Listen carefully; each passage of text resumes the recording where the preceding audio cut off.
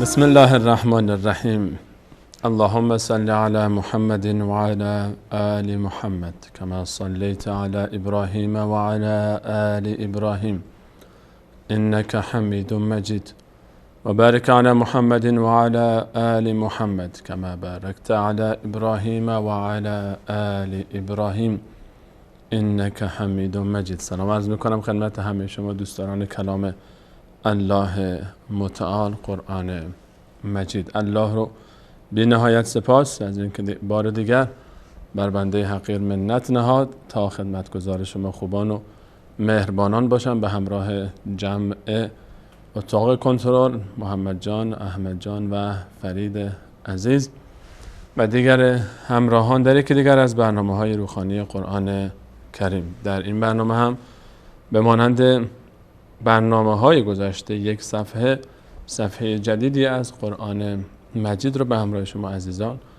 مرور خواهیم کرد. تلاوت اون رو در بخش اول برنامه و در بخش دوم برنامه هم تلاوت‌های شما عزیزان رو در تماس‌های تلفنی خواهیم داشت. از ابتدای صفحه 19 آیه 120 از سوره مبارکه بقره در خدمت شما عزیزان خواهیم بود بعد از یک میان برنامه کوتاه.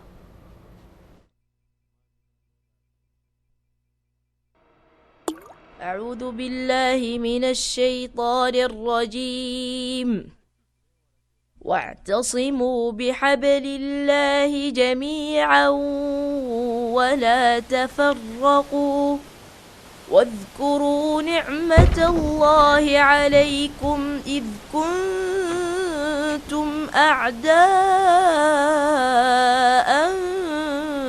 فألف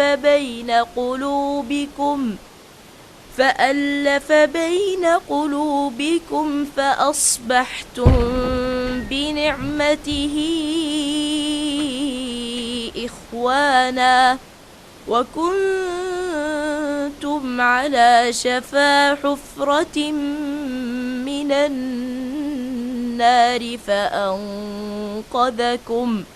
فأنقذكم منها كذلك يبين الله لكم آياته لعلكم تهتدون.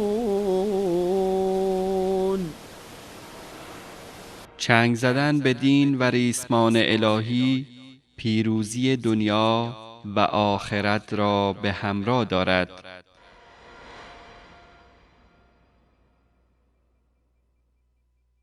بله، سلام مجدد خدمت همه شما خوبان و عزیزان.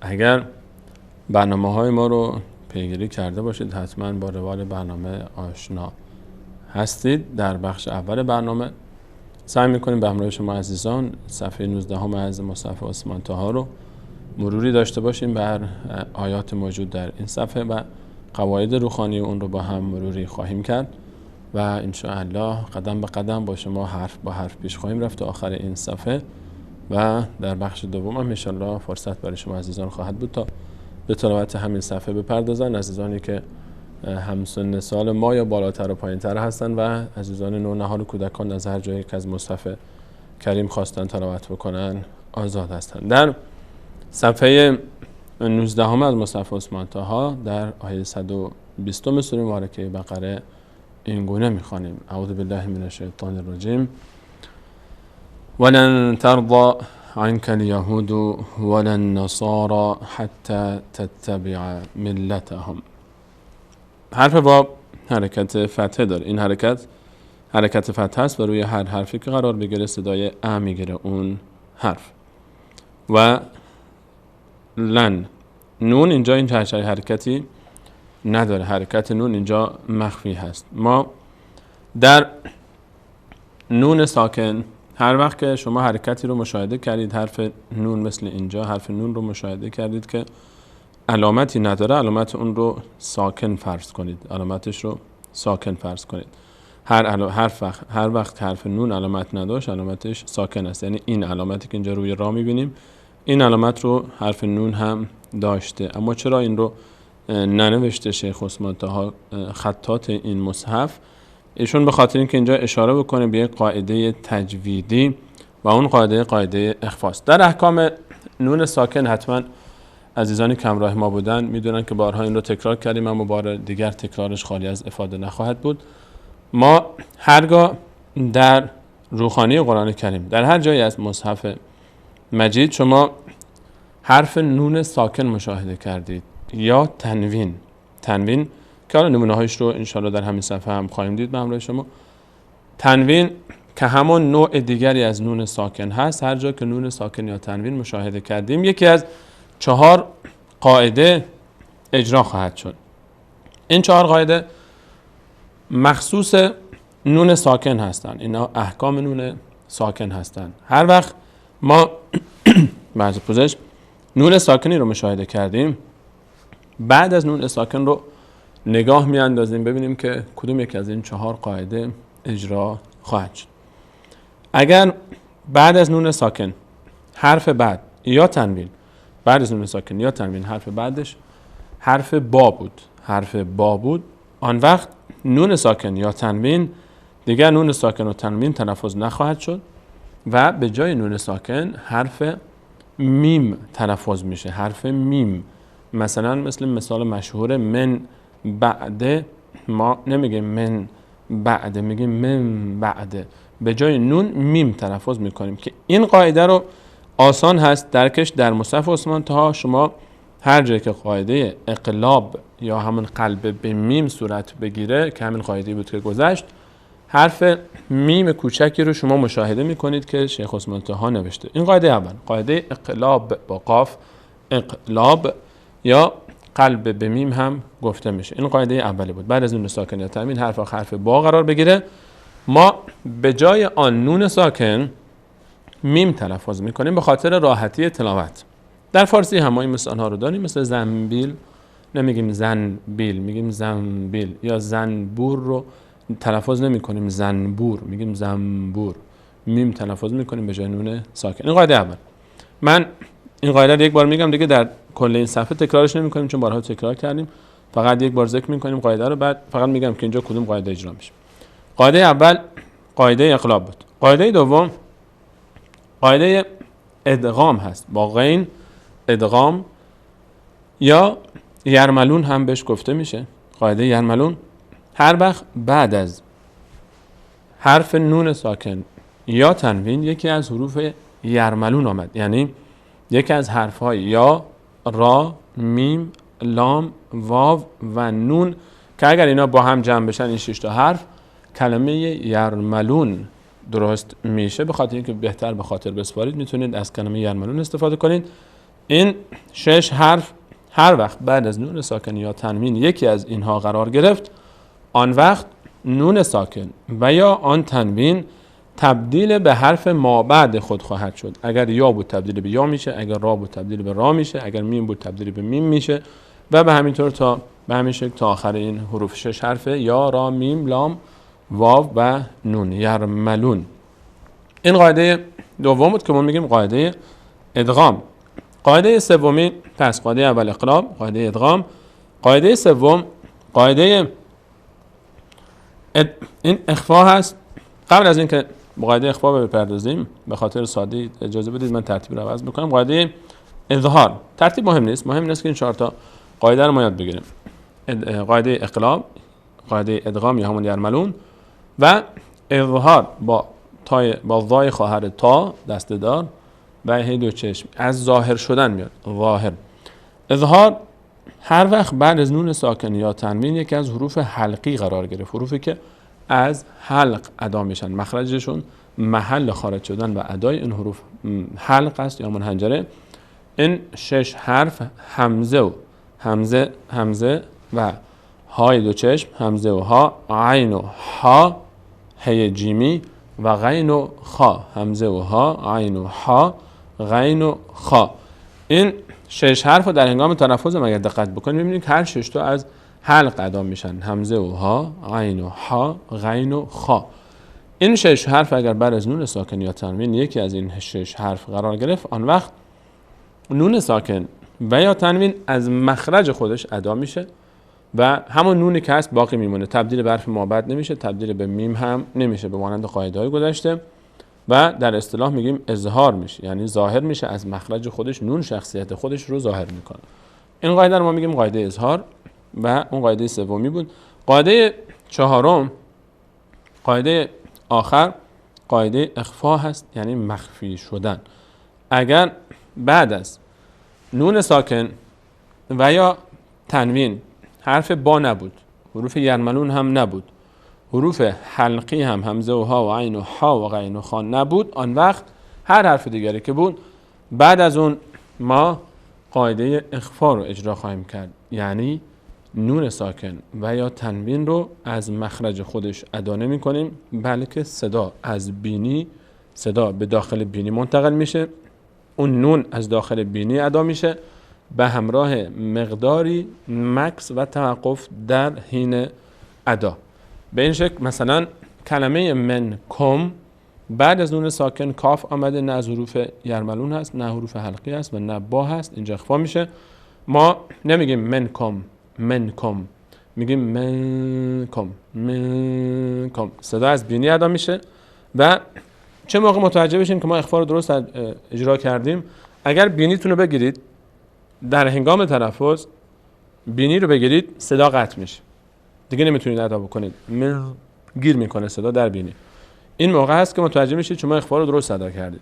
من کم، نمیگیم من کم، من کم. صدا رو از بینی، نون رو از بینی ادا میکنیم. این رو قاعده رو بهش میگیم قاعده اخفا. پس 4 قاعده برای احکام نون ساکن ذکر کردیم.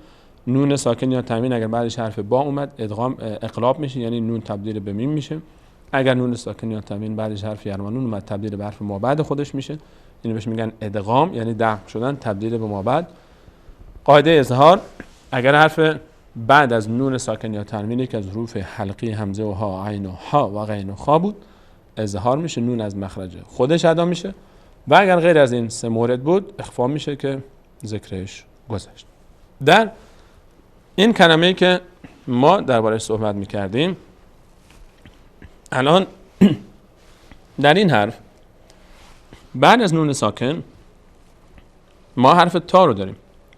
حرف تا نه از حروف یرملونه، نه از حروف حلقی است و نه حرف با. پس اینجا اخفا میشه، اینجا اخفا میشه، این نون ساکن از مخرج خودش ادا نمیشه. و چون این قاعده اخفا اینجا صورت میگیره، علامت ساکن روی نون رو هم شما مشاهده نمی کنید. شیخ عثمان طه ظرافتی به خرج داده و اون ساکن رو مخفی کرده تا اشاره بکنه به این که اینجا خود نون اخفا میشه. همونجوری که من انگویی که ایشون میخواسته بگه که همونجوری که من ساکنش رو مخفی کردم، شما هم خود تلفظ رو اخفا کنید، یعنی مخفیش کنید در بینی. ولن، اینجا چی میگیم؟ نمیگیم ولن، لن، نه، ولن از بینی ادا میکنیم، مقداری هم صدا رو نگه میداریم.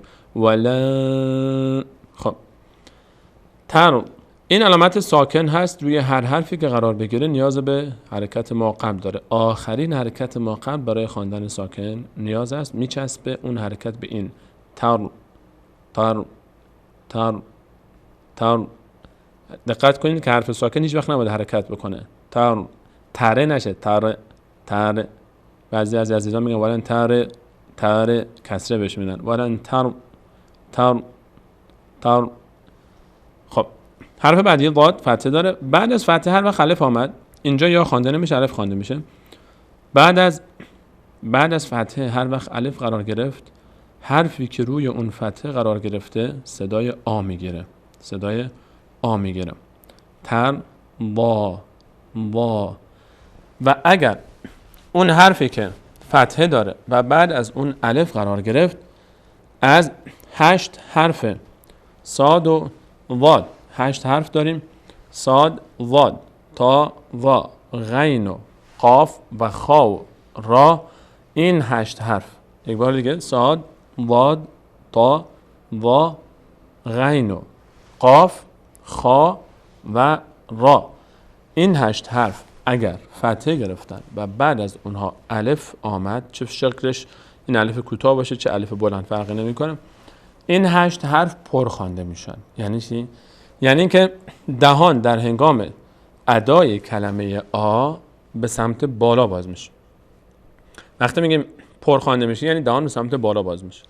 ولن ترضا، تروا. ببینید دهان به سمت بالا باز میشه در هنگام تلفظ آ. تروا.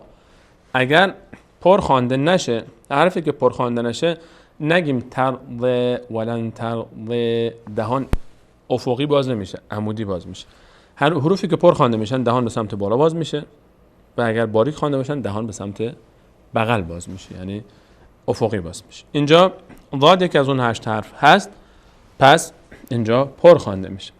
ولن تروا، تروا دهان به سمت بالا باز میشه.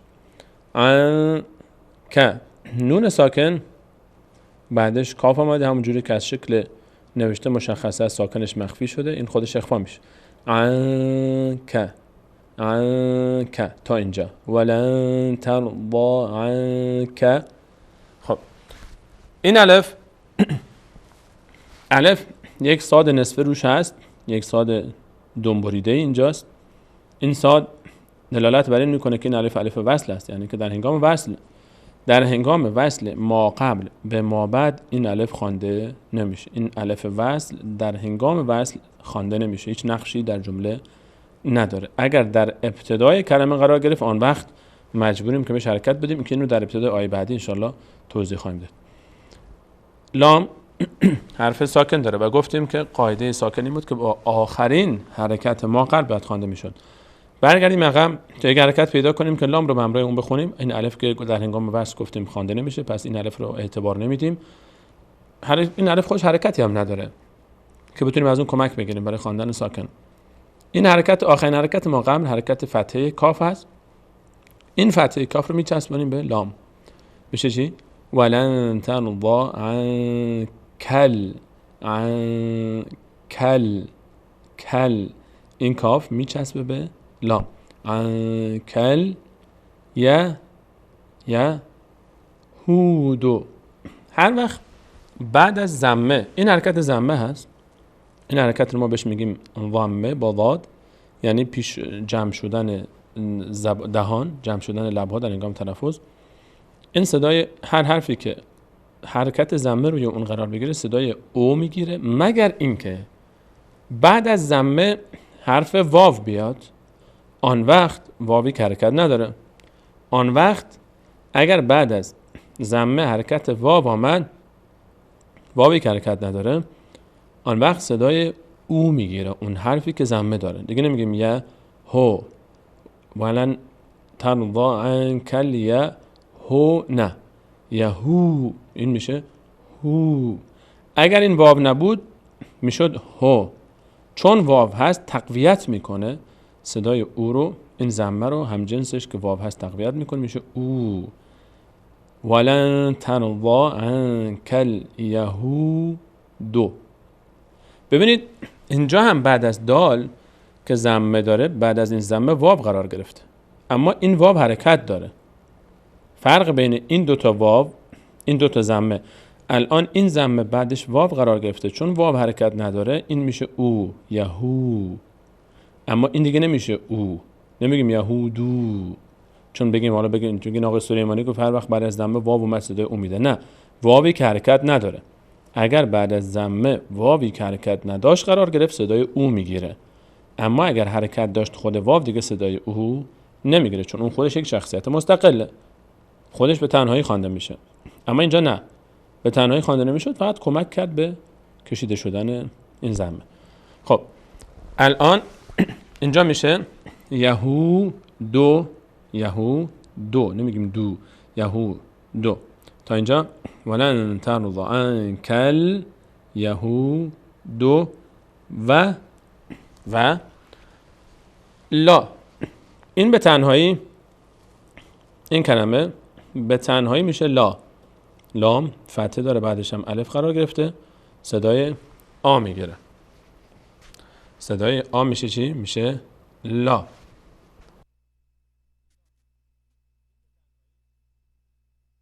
یک نکته رو مد نظر داشته باشید که این الان به تنهایی میشه لا، اما احیانا شکل حرکت های بعد تأثیر میگذاره در خواندن حرکت ما قبل، هم کلمه ما قبل رو متأثر میکنه. این جا هم همین اتفاق میفته. تا اینجا بریم جلو این الف در هنگام بحث خوانده نمیشه. این لام هیچ حرکتی نداره و خوانده نمیشه. یک قاعده ای رو داریم ما در بحث روخوانی، حروف ناخوانا، حروف والی هم بهش میگن.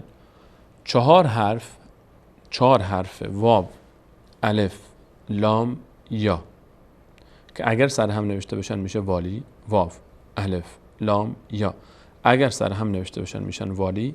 این 4 حرف رو هر جایی از کلام الله مجید که شما مشاهده کردید که هیچ حرکتی، هیچ علامتی روی این 4 حرف نبود، واو، الف، لام، یا، هیچ حرکتی نداشتن، اینها خوانده نمیشن. بیچاره اینها، این 4 تا خوانده نمیشن. فقط همین 4 حرف هستن که اگر روی اینها هیچ علامت و حرکتی قرار نداشت، اینها خوانده نمیشن. واو، الف، لام، یا که سر هم نوشته بشن میشن والی. غیر از این 4 حرف، مثلا ما در نون ساکن اینجا ما داشتیم در ابتدای ولن ترضا نون حرکت نداشت اما خوانده میشد و گفتیم که چرا ننوشته سکونش رو شیخ عثمان طه.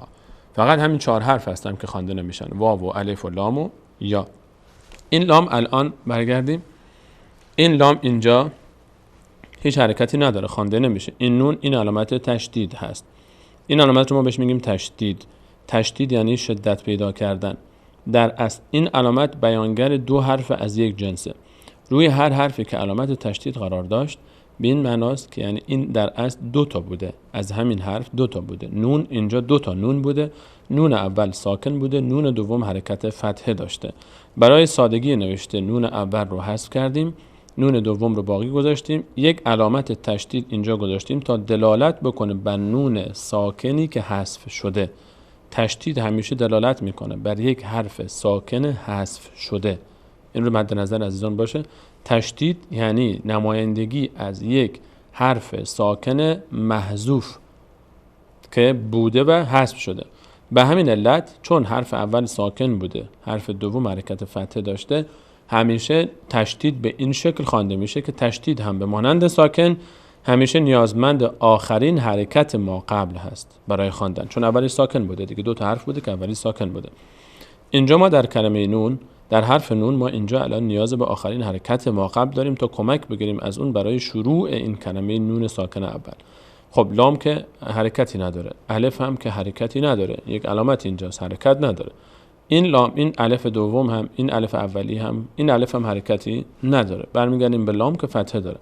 آخرین حرکت ما قبل تشدید فتحه لام هست که از این کمک میگیریم مستقیم میچسبه به نون. چطور میشه؟ میشه و لن. لن، ببینید اینجا لام مستقیم میچسبه به نون. ولن، نون ساکنه اول که همون تشدید نمایندگیش رو میکرد.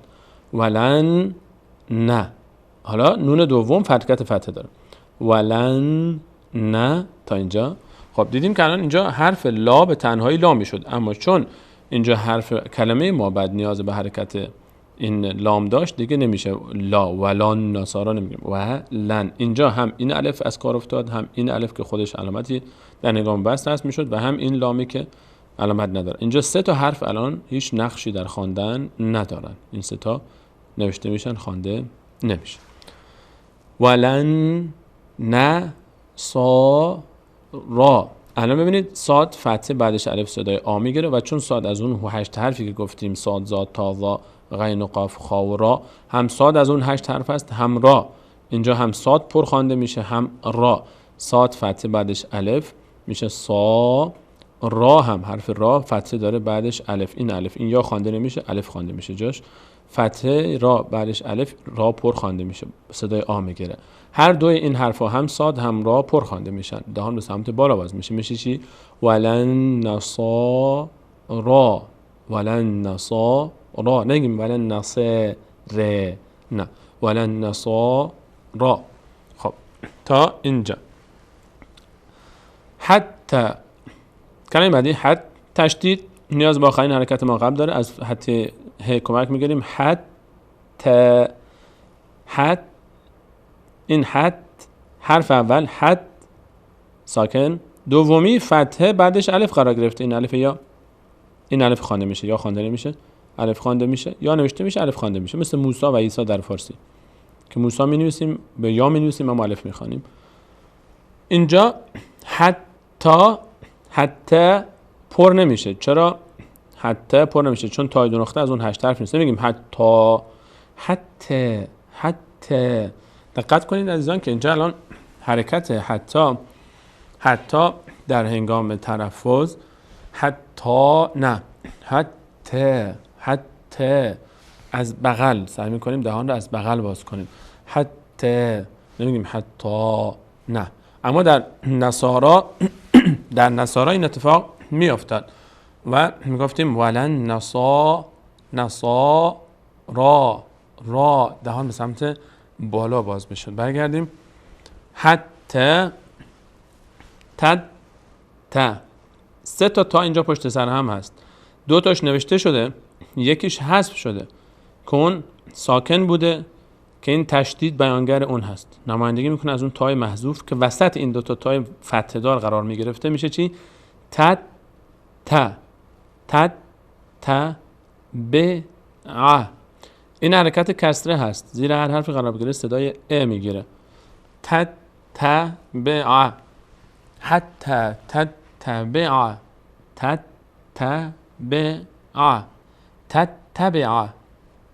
حتی تتبع مل. لام هم یک بار با ما قبل خوانده میشه، یک بار به تنهایی با حرکت فتحه‌ای که خودش داره. حرکت تشدید همیشه یک بار با آخرین حرکت ما قبل خوانده میشه. هر حرفی که تشدید داشته یک بار به همراه آخرین حرکت ما قبل خوانده میشه، یک بار به همراه خودش تنهایی با حرکتی که داره. مل دقت کنید. مل الان لام ساکن اول رو تلفظ کردیم. مل لا تا هم ملتهم 2 بار لام خواندیم. دقت کنید. ملتهم. میم ساکن حرکت نکنه. هیچ حرف ساکنی رو حرکت ندیم. نگیم هم بعضی از عزیزان اینطور میخونن ملتهم. نه، ملتهم هم. همین که روی مخرج میم رسیدیم صدا رو قطع میکنه. این علامت قلا نوشته شده. قلا قاف مخفف وقف است، لا مخفف اولا، یعنی اینکه اینجا وقف کردن اولاست. اینجا وقف بکنید بهتر است. اگر هم کسی وقف نکرد مشکلی نداره. بهتر این است که وقف بشه، اما اگر وقف نشد هم اشکالی رو ایجاد نمیکنه.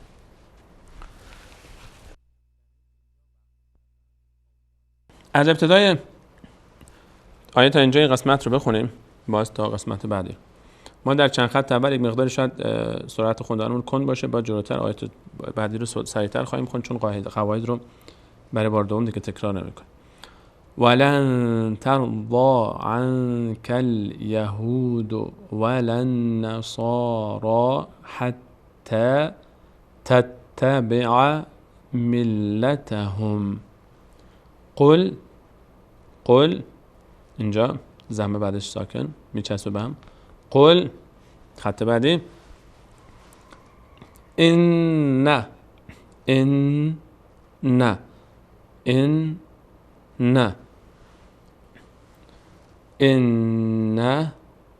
هو ده. اینجا دقت کنید هده تا اینجا که ده. خب این یا هیچ علامتی نداره و گفتیم که یا اگر واو الف لام یا هیچ حرکت و علامتی نداشت خوانده نمیشه. خب این پس هیچ خوانده نمیشه. الف در هنگام وصل خوانده نمیشه، این هم مثله. لام اول هم هیچ حرکتی نداره، باز خوانده نمیشه.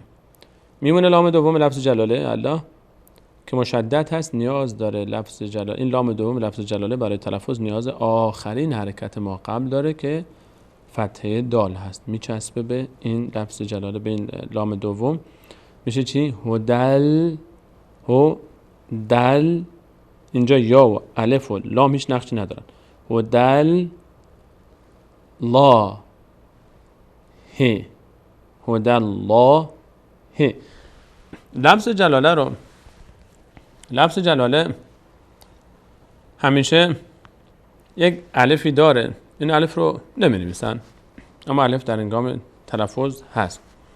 لفظ جلاله چه موقع پر خوانده میشه چه موقع باریک خوانده میشه. لفظ جلاله الله، این رو همیشه این کلمه که الله نوشته شده رو میگیم لفظ جلاله، نگیم الله، نگن عزیزان، نگیم الله پرخوانده میشه یا چیز، همیشه بگیم لفظ جلاله. این کلمه لفظ رو استفاده بکنیم که منظور ما این نوشته باشه، خود ذات الهی منظور ما نیست. هدی الله، لفظ جلاله الله هر وقت قبل از لفظ جلاله آخرین حرکت ما قبلی که وصل میشه به لفظ جلاله فتحه بود یا ضمه بود که بالا نوشته میشن پرخوانده میشه. اگر کسره بود ما قبل لفظ جلاله باریک خوانده میشه. مثلا همین مثال با هم ببینیم. اینجا ما الان ما قبل لفظ جلاله حرکت فتحه رو داریم، به همین سبب اینجا پر خوانده میشه. یعنی چی؟ یعنی دهان در هنگام تلفظ لفظ جلاله به سمت بالا باز میشه. میشه چی؟ هدی الله، هدی الله، هدی الله. نمیگیم هدی الله. فرق پر خواندن و باریک خواندن رو دقت کنید. اصلش اینه هدی الله، این پر خوانده شد. اگر باریک خوانده بشه که اشتباه هست اینطور میشه هدی الله، هدی الله. این اشتباه است. اصلش چیه؟ هدی الله، به سمت بالا باز میشه دهان. هدی الله.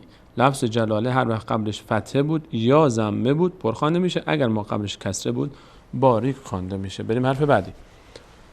هو ول، الف اینجا در هنگام وصل خوانده نمیشه، واو میچسبه به لام به خاطر اینکه ساکن نیاز به آخرین حرکت ما قبل داره. هوال، هدا، هدا. این یا اینجا خوانده میشه چون یک الف داره. این یا اینجا هیچی نداشت خوانده نشد، اما اینجا خوانده میشه. فتحه بعدش الف صدای آ میگیره، دال صدای آ میگیره، چون از اون 8 حرف صاد و تا و غین و قاف و خا و را نیست پر خوانده نمیشه. نمیگیم هو الهدا، نه هو الهدا، هدا، هو الهدا. اینجا هم که وقف اولاست. و لا اینه، و لا اینه تا اینجا، و لا اینه. الف در هنگام وصل خوانده نمیشه، تشدید نیاز به آخرین حرکت ما قبل داره که یک بار به همراه آن خوانده بشه، یک بار به همراه حرکت خودش. و لا اینت، اینت، و لا اینت تا، و لا اینت تا دوبار خوانده میشه. دقت کنید. لا اینت تا بعد، تبع، من این رو کلمه اشتباه خوندم. و لا اینت تبع، اینجا این نیاز به حرکت ما قبل داره. تبع تا، ولا این تبعت، ولا این تبعت، ولا این تبعت و هم. خب اینجا یک موضوع دیگه هم دقت کنید که این علامتی که اینجا میبینیم که ما در فارسی بهش میگیم کلاه، آیه با کلاه، این کلاهی که روی این الف هست این رو در عربی بهش میگن مد، یعنی کشیدن. مد یعنی کشیدن. روی 3 حرف الف یا واو و یا میاد، فقط حرف واو و الف و یا مد میگیره و روی هر حرفی که قرار گرفت به این معناست که اون باید کشیده بشه. یا واو و الف و یایی که مد داره یعنی باید بیشتر از حد عادی کشیده بشه. این رو فعلا به اندازه بستن 3 تا انگشت ما میبندیم، میکشیم. این رو به اندازه بستن 3 تا انگشت میکشیم تا حالا قواعد خاص رو انشالله به زودی ما امیدوارم که از ابتدای جزء دوم شروع بکنیم مخارج رو و بحث تخصصی تجویدی رو، یعنی 2 تا جلسه بعد انشالله. خب اینجا الان میکشیم این رو. فتحه بعدش الف، واو فتحه داره بعدش الف آمده، خودش صدای آ میگیره. واو صدای آ میگیره، نمیگیم و، میگیم وا. و چون واو از اون 8 حرف نیست پر خوانده نمیشه. اینجا چند نکته مد نظر باید باشه. اولا فتحه بعدش الف، واو صدای آ گرفت. 1. دوم چون واو از حروفی نیست که پر خوانده میشه، پس این الف پر خوانده نمیشه. و نمیگیم وا، و. خب مسئله دوم. مسئله سوم چون این الف مد هم داره، پس اون الف باید کشیده بشه. و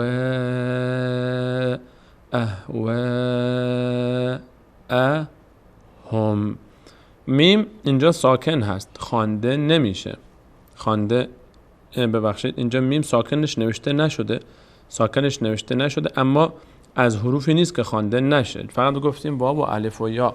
اگر یادتون باشه چند لحظه پیش عرض کردم خدمتتون که فقط واو و الف و لام و یا این 4 حرف والی اگر علامتی نداشتن خوانده نمیشن. نون و میم اگر علامت نداشته باشن بین معنی است که ساکن بوده. اینجا هم مثل همون نون خط اول میم ساکنش رو شیخ عثمان طه نگذاشته، چون یه قاعده اینجا اجرا میشه، قاعده که این رو باز بعداً میگیم. اینجا میم هم در تلفظ خودش مقداری در اخفای شفوی بهش میگیم به اصطلاح، اینجا هم اخفا میشه، میم هم اخفا داره، اخفای شفوی. این رو جلوتر دربارش تفصیلا صحبتی خواهیم کرد. فقط این مد نظر عزیزان باشه این نکته که هر جا واو، الف، لام و یا، فقط این 4 حرف اگر ساکن هیچ علامتی نداشتن خوانده نمیشن. فقط همین 4 حرفن: واو، الف، لام، یا که همون حروف والی هستن. نون و میم اگر نداشتن بی معنی است که اخفا میشن. اخفای شفوی رو اجازه بدید که در بحث تخصصی تر تجوید توضیح بدیم.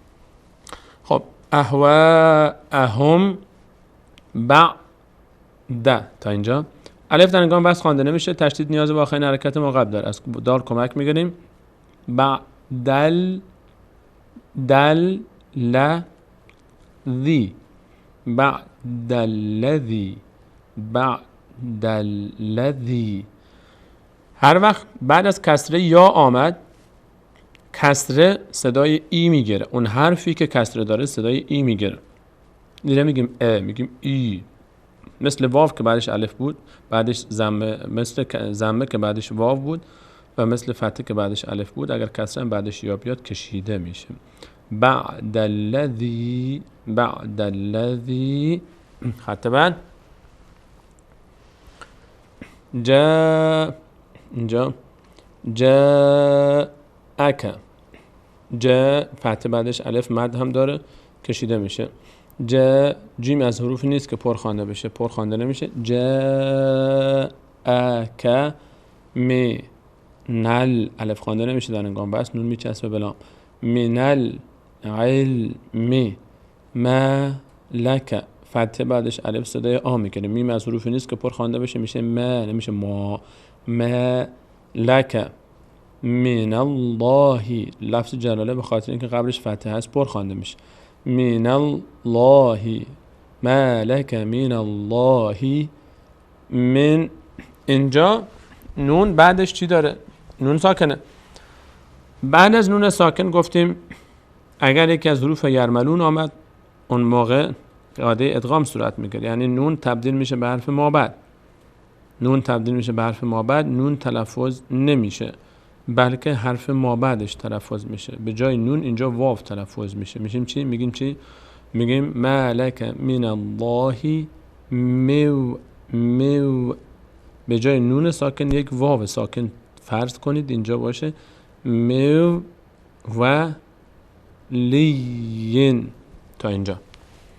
مو، مو، مو ولی ین تا اینجا. اگه تنها باشه میشه ولی ین. این تنوین ان، این دوتا مال یا هست، این ضمه مال حرف پایینی. این و این حرف، این دوتا کسری که زیر هم هست همون تنوین ان هست یا تنوین جر. اینجا ولی و لی ین، ولی ین به تنهایی. لام کسره داره و لی چون بعد از کسره یا آمده صدای ای میگیره و لی میچسبه به یا. و لی یم، تنوین بعدش واو آمده. دقیقا همون اتفاقی که اینجا برای این واو، برای این نون افتاد برای این تنوین هم میافته. تنوین بعدش واو آمده تبدیل میشه به واو. نمیگیم ولی ین، میگیم ولی یو، ولی یو. به جای نون واو تلفظ میکنیم. ولی یو و لا نصیر. اینجا ولا نصیر. را همیشه حرف آخری که ما توقف میکنیم ساکن میشه، ساکن میشه. تنوین اینجا دیگه نصیرن نمیخونیم. در هنگام توقف حرف آخر همیشه ساکن میشه. وقتی که می ایستیم همیشه حرف آخر رو ساکن میخونیم. اینجا را دیگه ساکن میشه، میشه نصیر، نصیر. این از آیه 120. شماره آیه رو هم همیشه در آخر آیه می نویسند. این شماره آیه مال آیه است که ما خواندیم، مال آیه بعدی نیست. وقتی میگیم 120 یعنی این آیه که ما تلاوت کردیم از اول صفحه تا اینجا این آیه 120 بود. خب اجازه بدید ما تلاوت رو بگذاریم برای استاد منشاوی، اینو ادامه بدیم که زودتر این سفر رو تمام بکنیم که ساعت دوم باشه مخصوص تماسهای شما عزیزان. الف اینجا در هنگام وصل خوانده نمیشد، اما اینجا ما نمیخوایم وصل کنیم آخر آیه قبل رو با اول آیه بعدی. اینجا چیکار باید بکنیم؟ اینجا چون نمیخوایم وصلش کنیم پس مجبوریم این الف یک حرکت بدیم. هر وقت الف وصل در ابتدا قرار گرفت و بعد از الف وصل لام قرار داشت، هر چی که میخواد باشه حرکت لام مهم نیست، مهم اینه که لام باشه بعدش، ولی اینکه لام خوانده نشه خودش باز هم مهم نیست، فقط یک لام باشه، حرکت لام برای ما مهم نیست. اگر بعد از الف وصل لام قرار گرفت فتحه بهش میدیم، در جا یک فتحه بهش میدیم میخونیم. خب یک فتحه به الف وصل میدیم، اینجا میچسبونیم به لام، میشه الذین. الذین این الف وصل یک الف بهش میدیم، یک فتحه بهش میدیم میخونیم. هر وقت بعد از الف وصل لام اومد فتحه میگیره در هنگام تلاوت اگر بخوایم از الف شروع کنیم. خب اگر خواستیم این آیه رو بچسبونیم به این، ما اگر خواستیم این تلاوت رو اینجوری ادامه بدیم که این آیه قبلی رو بچسبونیم به این، چطور میخونیم؟ خب این را تنوین داره، نصیرن، نون ساکن داره آخرش، این کسره را نصیر، این کسره اضافی همون نون ساکنی که حذف شده بوده، نصیرن. خب نصیرن یک نون ساکن اینجا داریم، یک الف هم اینجا داریم که وصل کنیم خونده نمیشه، یک تشدید هم اینجا داریم. الان ما برای خواندن این تشدید دچار مشکلیم.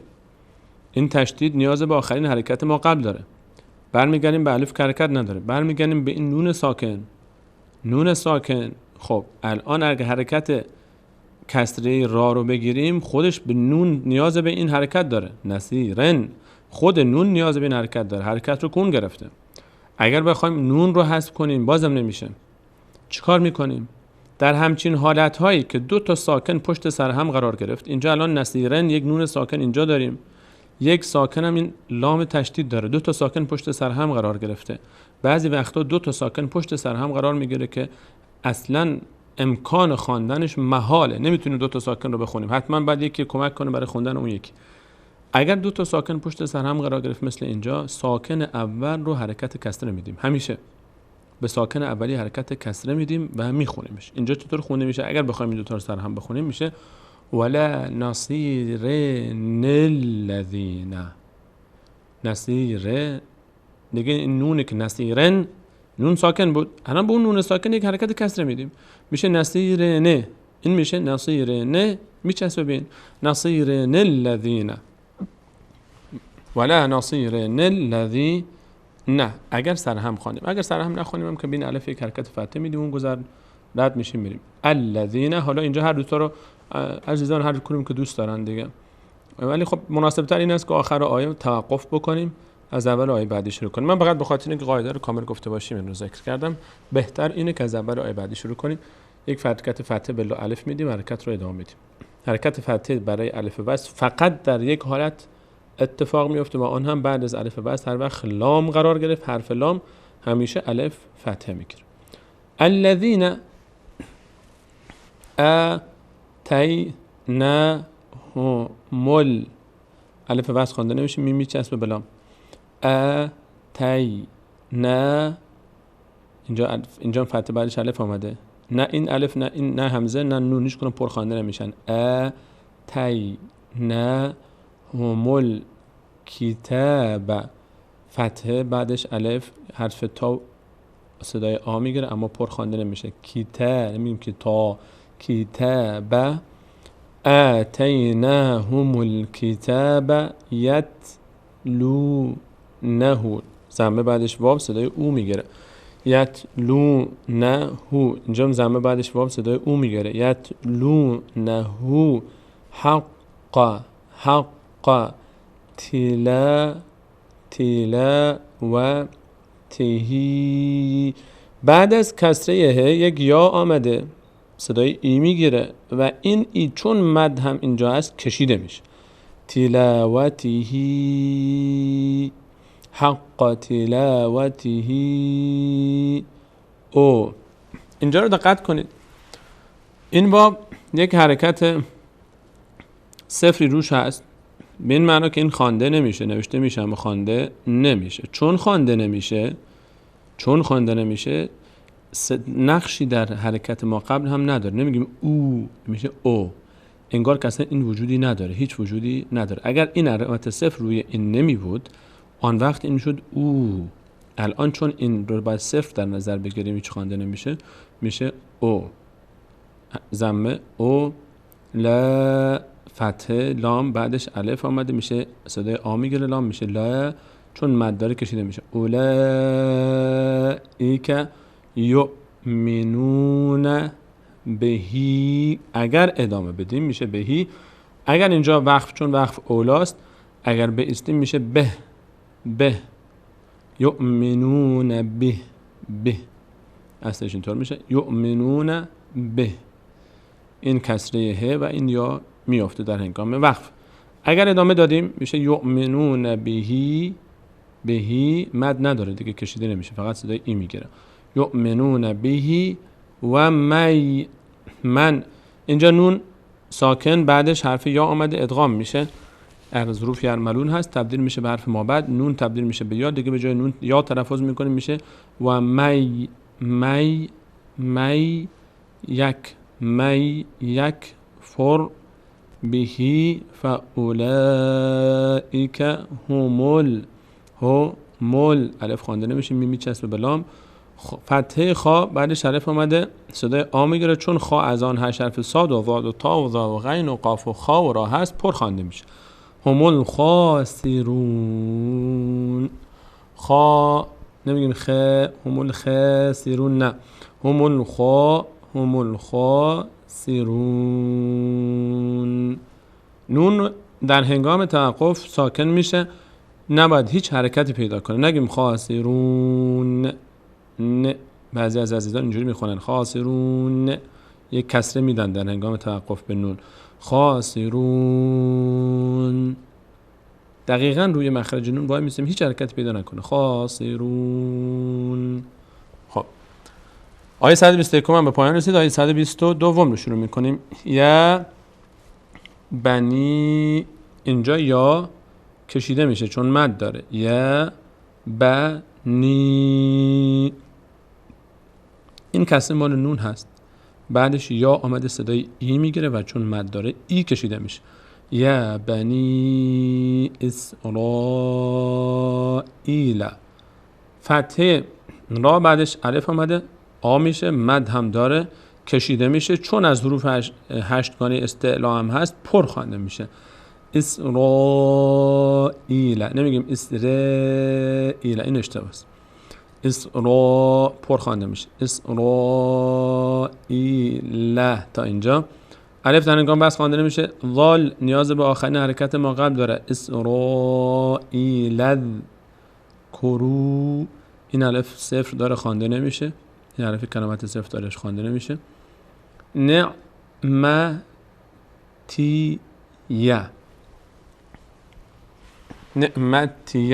تیه تا اینجا، نعمتی ت کسره داره بعدش یا آمده صدای ای میگیره، خود یا فتحه داره صدای ا میگیره، نعمتیه. خب خط بعدی الف در هنگام وصل خوانده نمیشه، لام نیاز به آخرین حرکت ما قبل داره چون مشدد است، تشدید یک بار به همراه ما قبل خوانده میشه، یک بار خودش به تنهایی با حرکتی که داره. نعمتیه، برمیگردیم عقب، فتحه یا میچسبه به لام، نعمتیل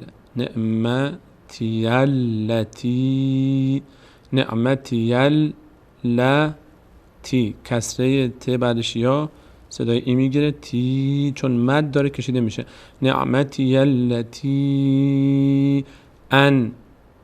انه نشه، ان ساکنه، نون ساکنه، در جا باید روش وایستیم. در سوره حمد ما این مشکل رو داریم، برخی از عزیزان میگن انه عمت، ان عم تو،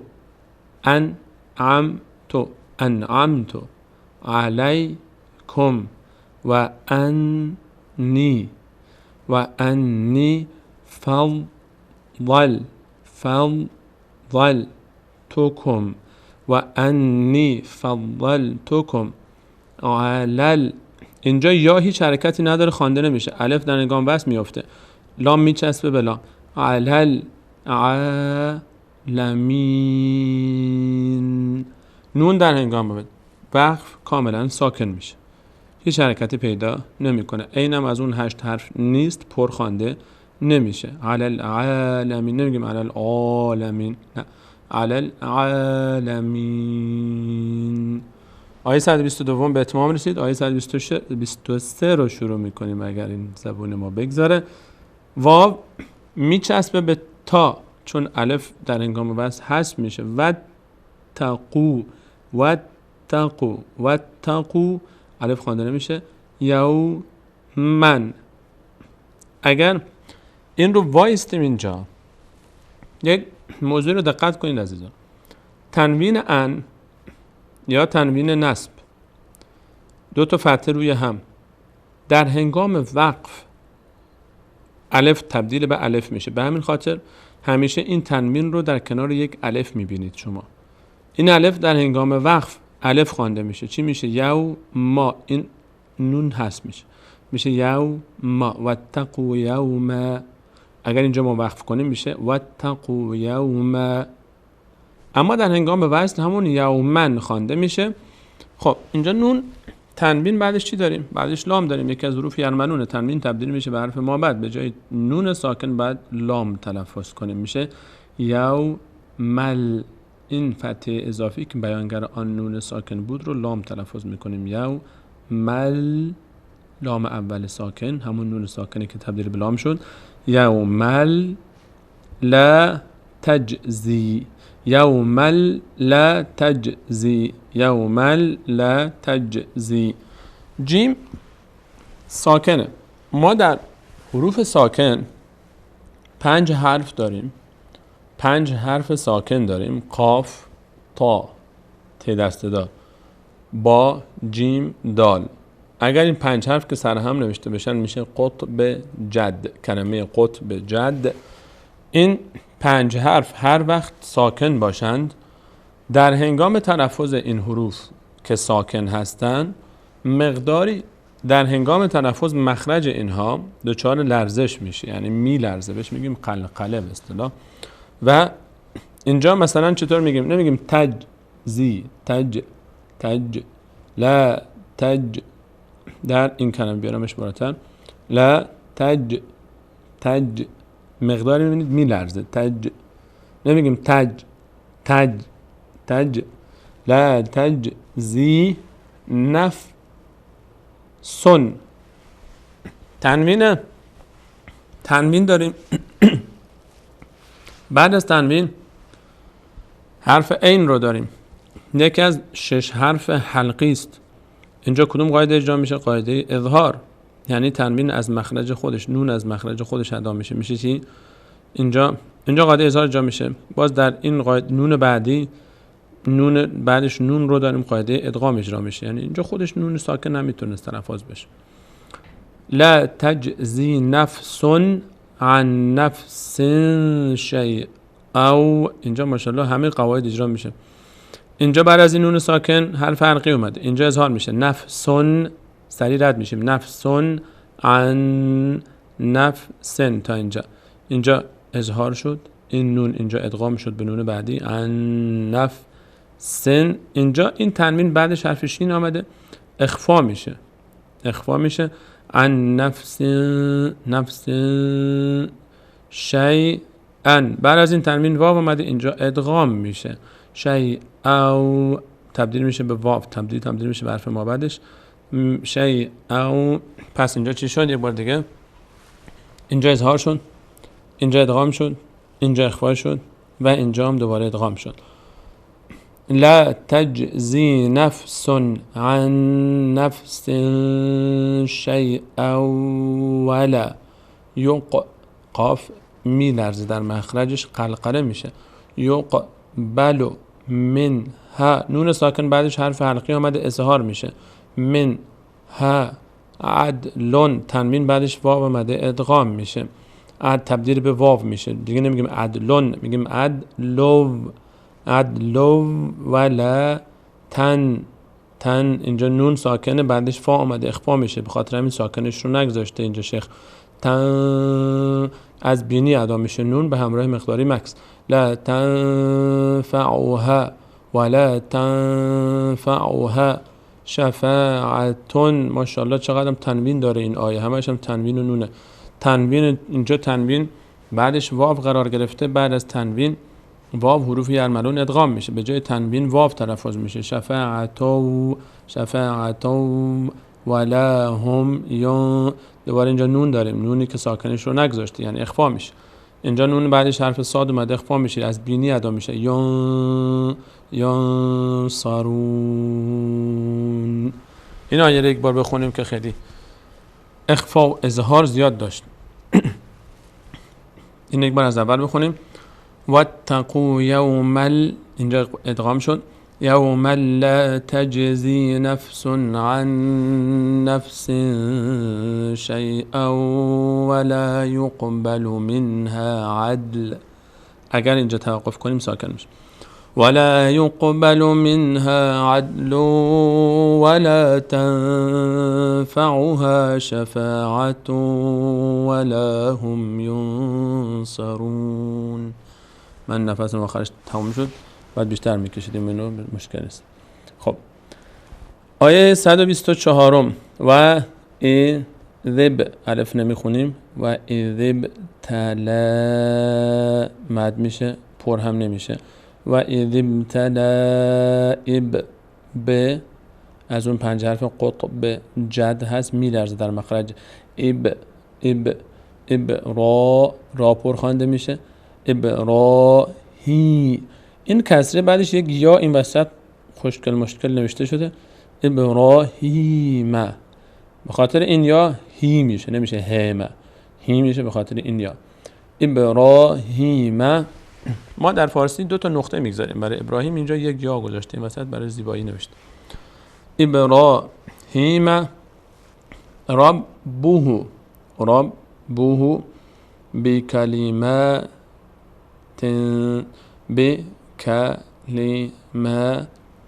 تا اینجا. بعد از تنوین فا اومده اخفا میشه.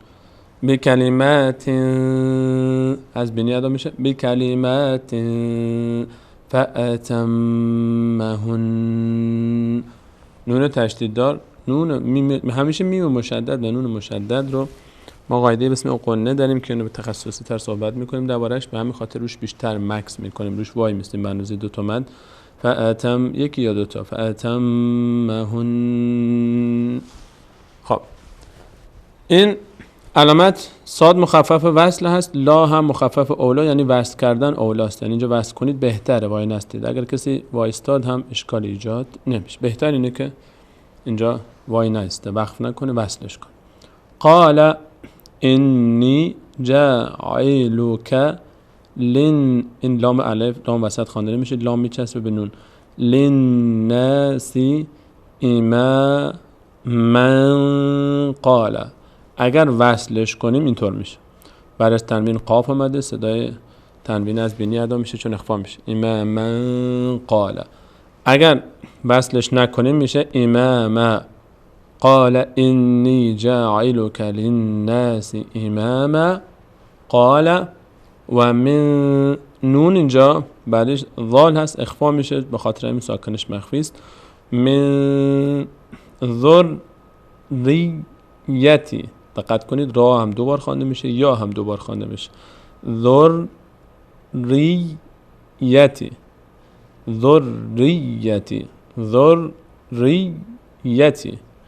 یک بار را میچسب با زا خوانده میشه، یک بار را میچسبه به یا. ذریتی یک بار زال و را، یک بار را و یا با هم خوانده میشن. ذریتی. قال لا ینال، یک بار بنیم مرتینو. قال لا ینال عهد الظالمین.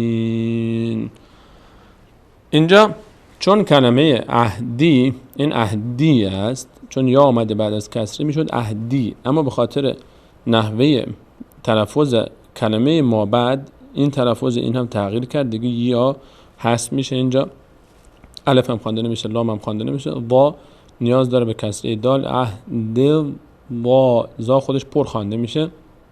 عهد الظالمین. آیه 124 هم به پایان رسید. آیه 125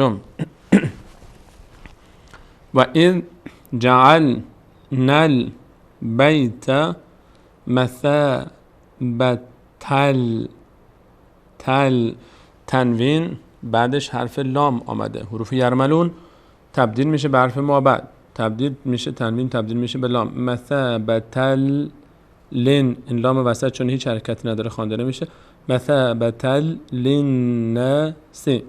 و اذ جعلنا البیت مثابة للناس و امنن. اینجا نمنن نمیشه دیگه چون بعدش این تا اینجا خود کلمه به تنهایی اگر توقف کنیم میشه امنا، اگر وصلش کنیم بعدش واو اومده تبدیل میشه به واو میشه امنو. امنو و تخذو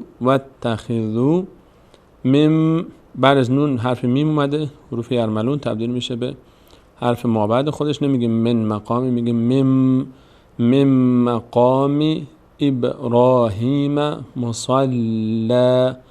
اگر وقف کنیم اینجا میشه مصلا، صدای آ میگیره. تنوین ان هر وقت وقف کنیم صدای آ میگیره. اگر وصلش کنیم که وصل کردن بهتر هست، تنوین بعدش واو قرار گرفته تبدیل میشه به واو.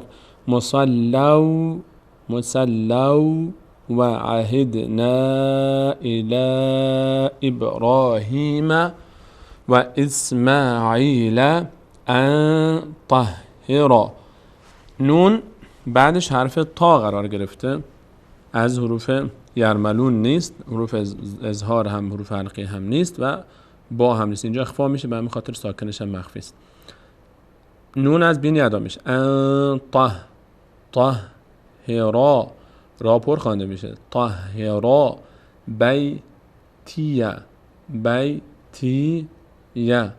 بیتیه لط، این لام وسط حذف میشه چون هیچ علامتی نداره.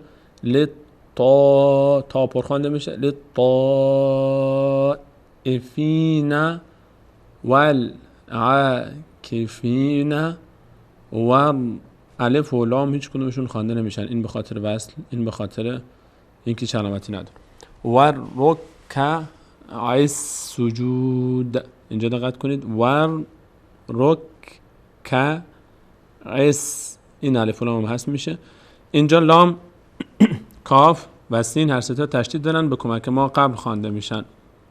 و رکع السجود. در هنگام وقف دال ساکن میشه و رکع السجود.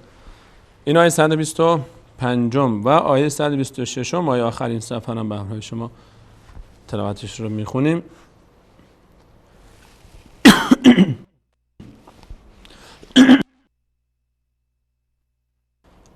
در این آیه هم ما در ابتدای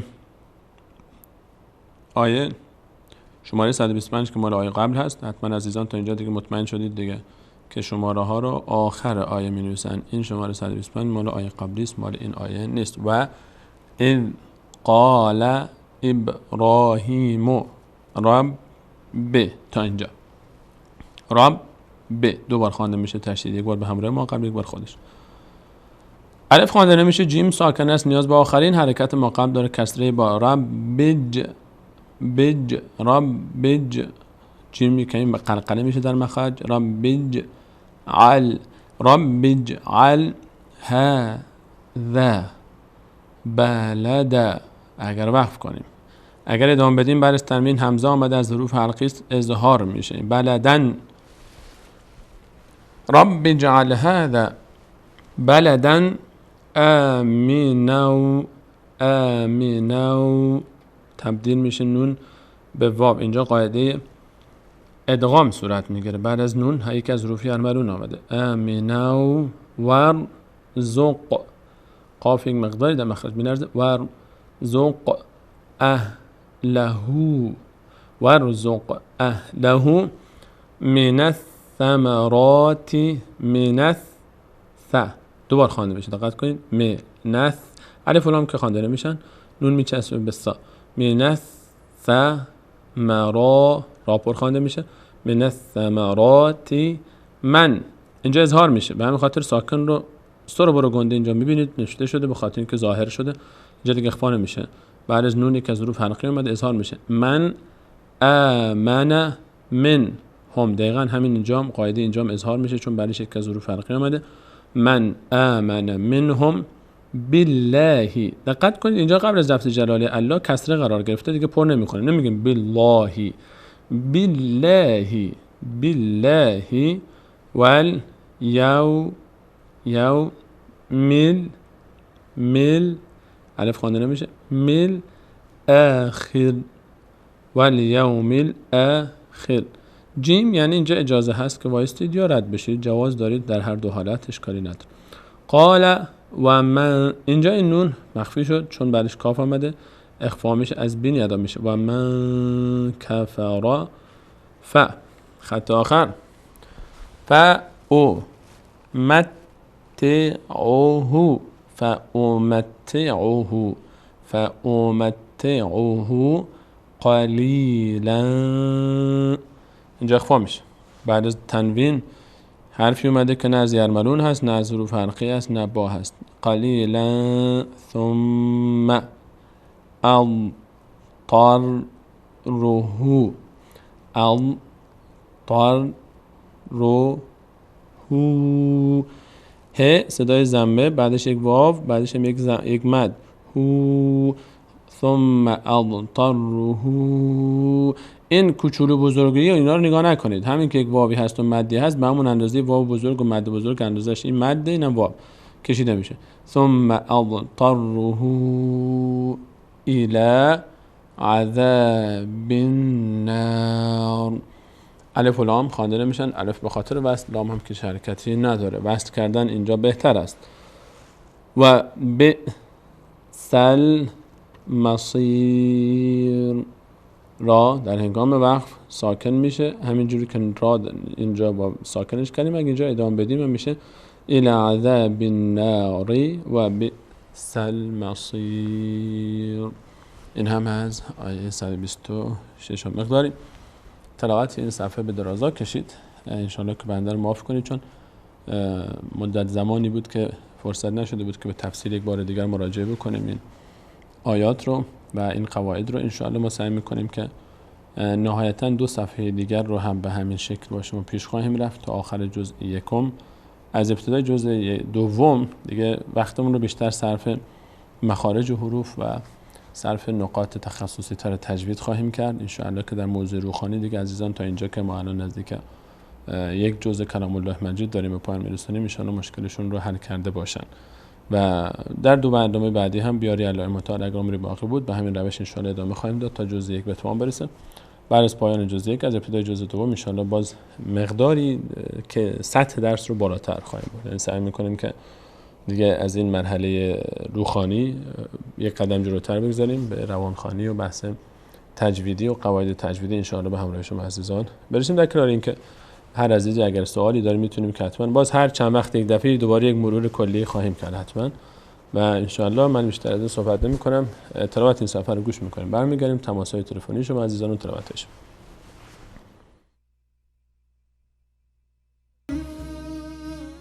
اعوذ بالله من الشیطان الرجیم. أعوذ بالله من الشيطان.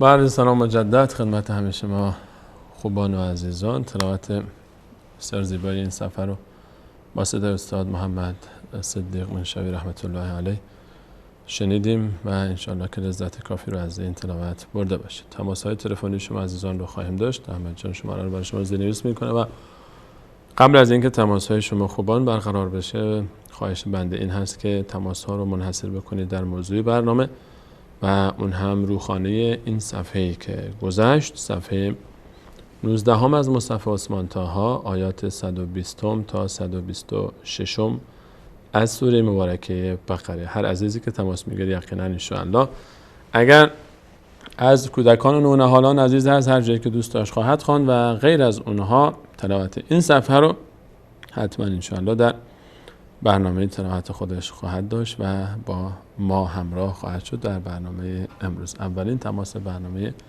امروز رو به همراه شما عزیزان میگیریم. سلام علیکم. برنامه روحانی قرآن کریم بفرمایید. بله سلام علیکم. مریم از افغانستان تماس میگیرم. علیکم السلام. خواهرم مریم از افغانستان، خوش آمدید خواهرم. از ابتدای صفحه لطف کنید تلاوت کنید. اعوذ بالله من الشیطان الرجیم. بسم الله الرحمن الرحیم. ولن ترضى عنك اليهود ولا النصارى حتى تتبع ملتهم قل إن هدى الله هو الهدى ولئن اتبعت أهواءهم بعد الذي جاءك من العلم ما لك من الله من ولي ولا نصير. الذين آتيناهم الكتاب يتلونه حق تلاوته أولئك يؤمنون به ومن يكفر به فأولئك هم الخاسرون. احسنتم. ماشاءالله. يا بني إسرائيل اذكروا نعمتي التي أنعمت عليكم وأني فضلتكم على العالمين. صدق الله العلی العظیم. ماشاءالله خانم. فقط دقت بکنید در کلمه را ولن ترضا، را حرکت پیدا نکنه، تره نشه. ولن ترضا. متشکرم از تماسشون. ولن ترضا. یک بار دیگه تکرار کنید. ولن ترضا. احسنتم. ماشاءالله. ممنونم از تماسشون. تشکر از برنامه بسیار زیبایتون. خداحافظ. موفق باشید. الله یار و نگهدار شما باشه. بیننده بعدی. سلام علیکم. برنامه روحانی قرآن کریم بفرمایید. و علیکم السلام. سلام بر شما خواهرم. خودتون معرفی بفرمایید. خودتون معرفی میکنید؟ احمد جان رو خط هستن ایشون یا خواهرم لطف کنید صدای ما رو از تلفن بشنوید. من سعیدجان از تاجیکستان. یک بار دیگه نامت. سعید جان.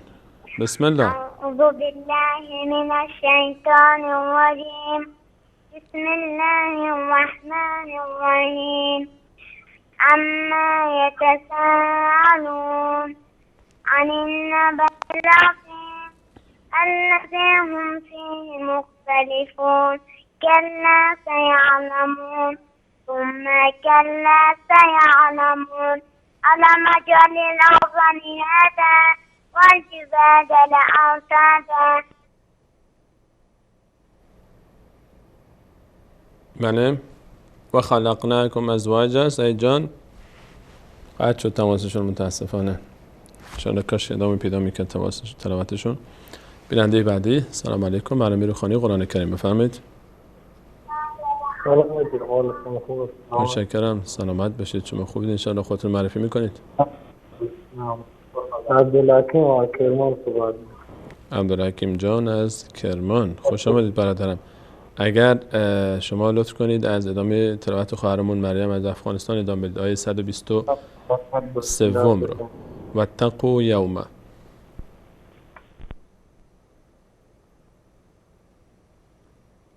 هستید برادرم؟ قطع شد تماسشون. بیننده بعدی رو میگیریم. سلام علیکم. برنامه روحانی قرآن کریم بفرمایید. الو. سلام بر شما. خودتون معرفی میکنید؟ السلام علیکم. علیکم السلام و رحمت الله. رویدا هستم از آلمان. رویدا خانم از آلمان. رائده خانم ببخشید من اشتباه شنیدم. خوش آمدید خانم. از آیه 123 شروع کنید. 123 واتقوا یوما. یه سوره دیگه اعوذ بالله. بسم الله. اعوذ بالله من الشیطان الرجیم. بسم الله الرحمن الرحیم. واتقوا يوما لا تجزي نفس عن نفس شيئا ولا يقبل منها عدل ولا تنفعها شفاعة ولا وإذ ابتلى إبراهيم ربه بكلمات فأتمهن قال إن جاعلك للناس إماما قال ومن ذريتي قال لا ينال عهد الظالمين وإذ جعلنا البيت مثابة للناس وأمنا واتخذوا من مقام إبراهيم مصلى وعهدنا إلى إبراهيم وإسماعيل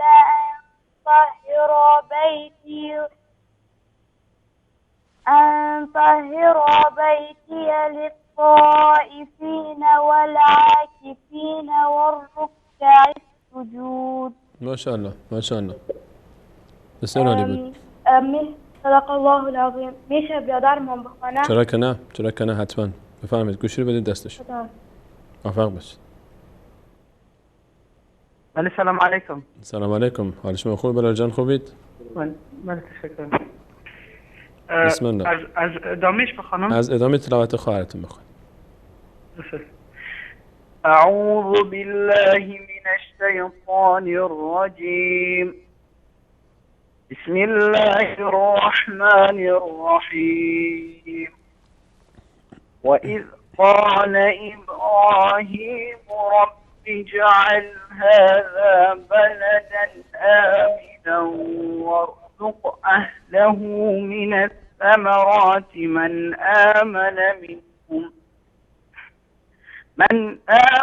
منهم بالله واليوم الآخر قال ومن كفر فأمتعه قليلا ثم أضطره إلى عذاب النار وبئس المصير.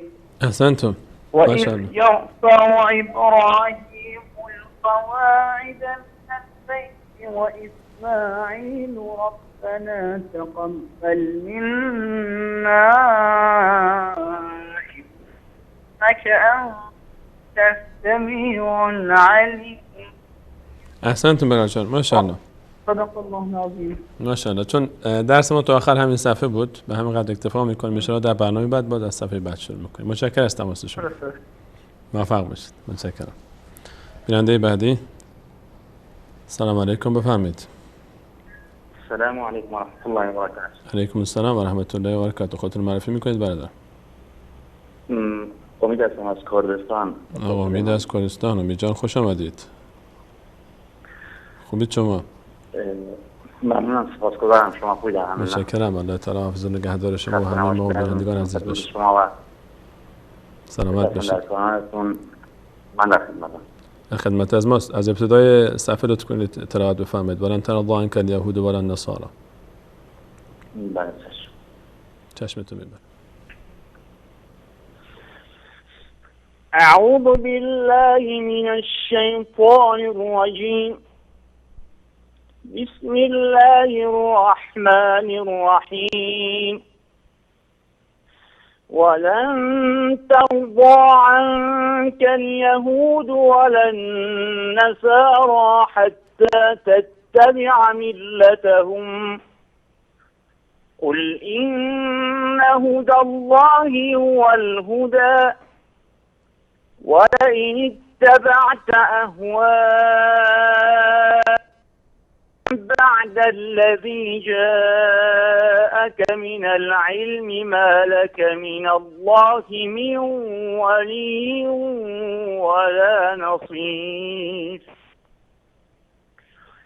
الذين آتيناهم الكتاب يتلونه حق تلاوته أولئك يؤمنون به ومن يكفر به فأولئك هم الخاسرون. جزاكم الله خير. يا بني إسرائيل اذكروا نعمتي التي أنعمت عليكم وأني فضلتكم على العالمين. أحسنتم ما شاء الله. واتقوا يوما لا تجزي نفس عن نفس شيئا ولا يقبل منها عدل ولا تنفعها شفاعة ولا هم ينصرون. صدق الله العظيم. ما شاء الله ما شاء الله. لذت بردیم امید جان. لطف کردید. ماشاءالله. متشکرم از تماس شما. موفق باشید. الله یار نگهدار شما. متشکرم از تماس شما. بیننده بعدی. سلام علیکم. برنامه روحانی قرآن کریم بفرمایید. سلام علیکم مولانا. علیکم السلام و رحمت الله و برکاته. حال شما خوبید شما؟ من محمد هستم. محمد جان از مدینه منوره. خوش آمدید محمد جان. بفرما. کدوم سوره رو میخونی برادرم؟ سوره بقره. همین صفحه‌ای که تلاوت شد؟ بله. از آیه 124 شروع کن. و اذ ابتلى ابراهیم ربه. از کجا؟ و اذ ابتلى ابراهیم ربه بکلمات.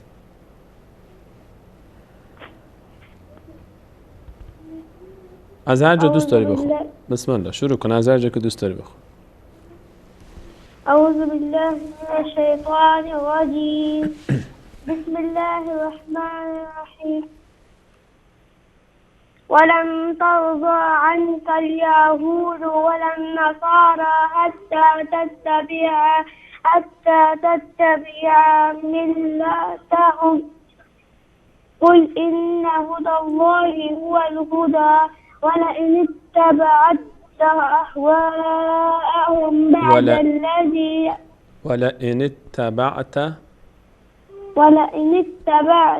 أهواءهم بعد الذي جاءك من العلم ما لك من الله من ولي ولا نصير. الذين آتيناهم الكتاب يتلونه حق تلاوته أولئك يؤمنون به ومن يكفر به فأولئك هم الخاسرون. يا بني إسرائيل اذكروا نعمتي التي أنعمت عليك وأني فضلتكم على العالمين. یک بار دیگه این آیه رو بخون محمد جان. یا بنی اسرائیل اذکروا. يا بني إسرائيل اذكروا نعمتي التي أنعمت عليكم وأني فضلتكم على العالمين. واتقوا يوما لا تجزي نفس عن نفس شيئا ولا يقبل منها عدل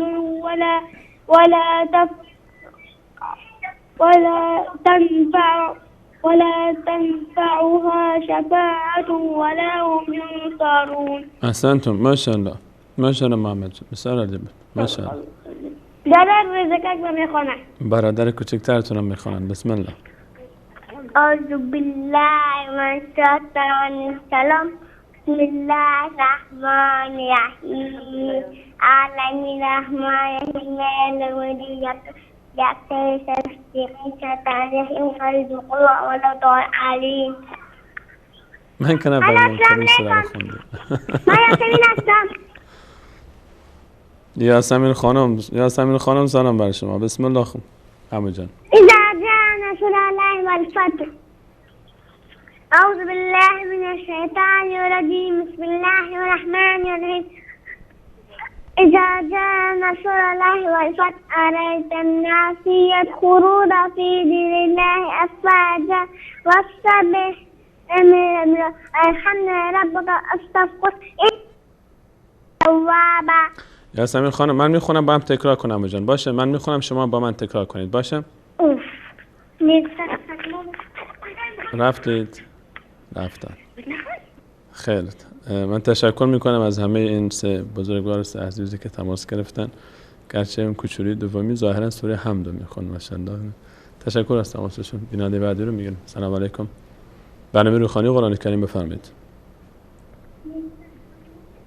سلام علیکم، بفرمایید. السلام علیکم و رحمت الله. علیکم السلام و رحمت الله و برکاته. خودتون معرفی میکنید خواهر؟ من ساناز هستم از ایران تماس میگیرم. خواهر سانازه از ایران. اگر موافق باشید از ادامه تلاوت محمد جان شما ادامه بدید. آیه 124 و اذ ابتلى ابراهیم ربه بکلمات فتمهن. چشم فقط صفحه رو لطف میکنیم. صفحه رو احمد جان براتون گذاشت تا شما اعوذ بالله رو بگید، انشالله صفحه به شما میرسه. اعوذ بالله من الشیطان الرجیم. مقداری بلندتر تلاوت کنید خواهرم، مقداری صداتون بلندتر باشه که راحت تر متوجه بشه. بسم الله.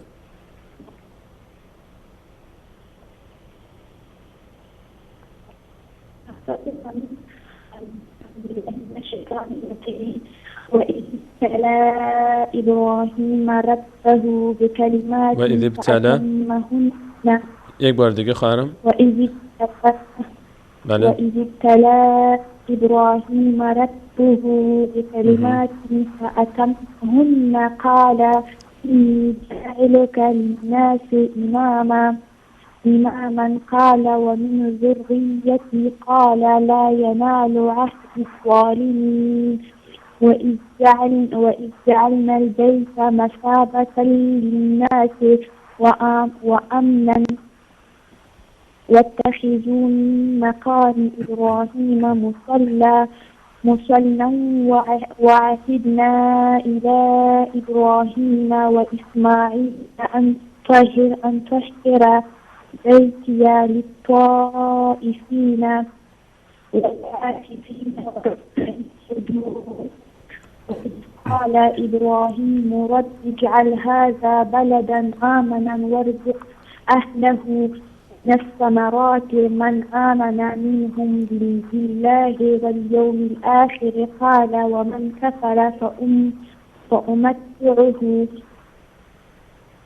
قليلا ثم أضطره إلى عذاب النار وبئس المصير. ما شاء الله. ما شاء الله. فقط دقت کنید خواهرم روی کلمه ان طهرا را پر خوانده میشه. وعهدنا الى ابراهیم و اسماعیل ان طهرا بیتیه. متشکر از تماسش. طهرا. ببخشید میتونم یه سوال ازتون بپرسم؟ اگر در موضوع برنامه است بفرمایید. از قرآن. بفرمایید.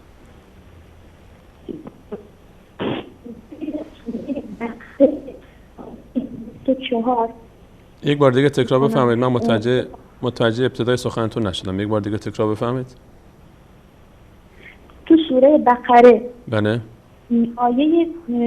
آیه هست که درباره حضرت علی رضی الله عنه جای حضرت محمد صلی الله علیه و آله و سلم تو بستر خوابیده بودن یه شبی.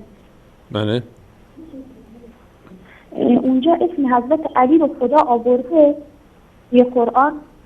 در آیه 207 بعضی از مفسرین در آیه 207 و من الناس من یشری نفسه ابتغاء مرضات الله والله رؤوف بالعباد، بعضی ها این رو میگن که درباره وصف حضرت علی رضی الله عنه است که در شب هجرت خوابیدن، اما در این آیه هیچ اشاره به اسم کسی نشده و حتی بعضی این رو درباره صهیب رومی که هجرت کرد و مالهای خودش رو بخشید ذکر میکنن، ولی ذکری در این آیه از نام هیچ صحابی و یک شخص خاص معینی نیست.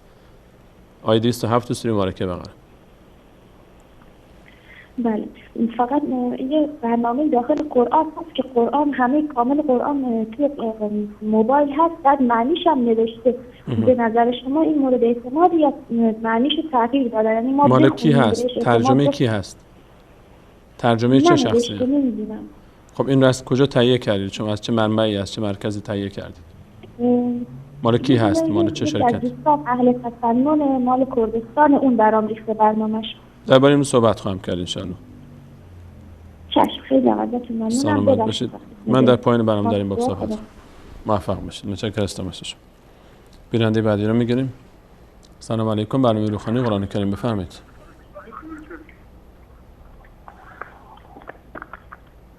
بیننده گرامی رو خط هستید. سلام بر شما، خودتون معرفی کنید. استاد سلیمان سلیمانی هستم، صدای شما رو میشنوم. یک بار دیگه نامتون رو ذکر کنید. شیرعلی جان. شیرعلی از تاجیکستان. شیرعلی جان از تاجیکستان. برادر عزیزم خوش آمدید. از سوره بقره از کجا شد؟ از آیه 120 شروع کنید قربان. ولن ترضى عنك اليهود ولا النصارى. تا کجا را چند آیه میخوان؟ نصف صفحه رو تلاوت بفرمایید. و ادبتا از ابتدای صفحه تا وسط صفحه نصف صفحه رو تلاوت کنید. اعوذ بالله من الشیطان الرجیم. بسم الله الرحمن الرحیم. ولن ترضى عنك اليهود ولا النصارى حتى تتبع ملتهم. یک بار دیگه شیرعلی جان از ابتدا یک بار دیگه لطف کنید. یک بار دیگه از ابتدا لطف کنید. ولن ترضى عنك عنك اليهود ولا النصارى حتى تتبع ملتهم. قل إن هدى الله هو الهدى ولئن اتبعت أهواءهم بعد الذي جاءك من العلم ما لك من الله من ولي ولا نصير. الذين آتيناهم الكتاب يتلونه حق تلاوته أولئك يؤمنون به ومن يكفر به فأولئك هم الخاسرون.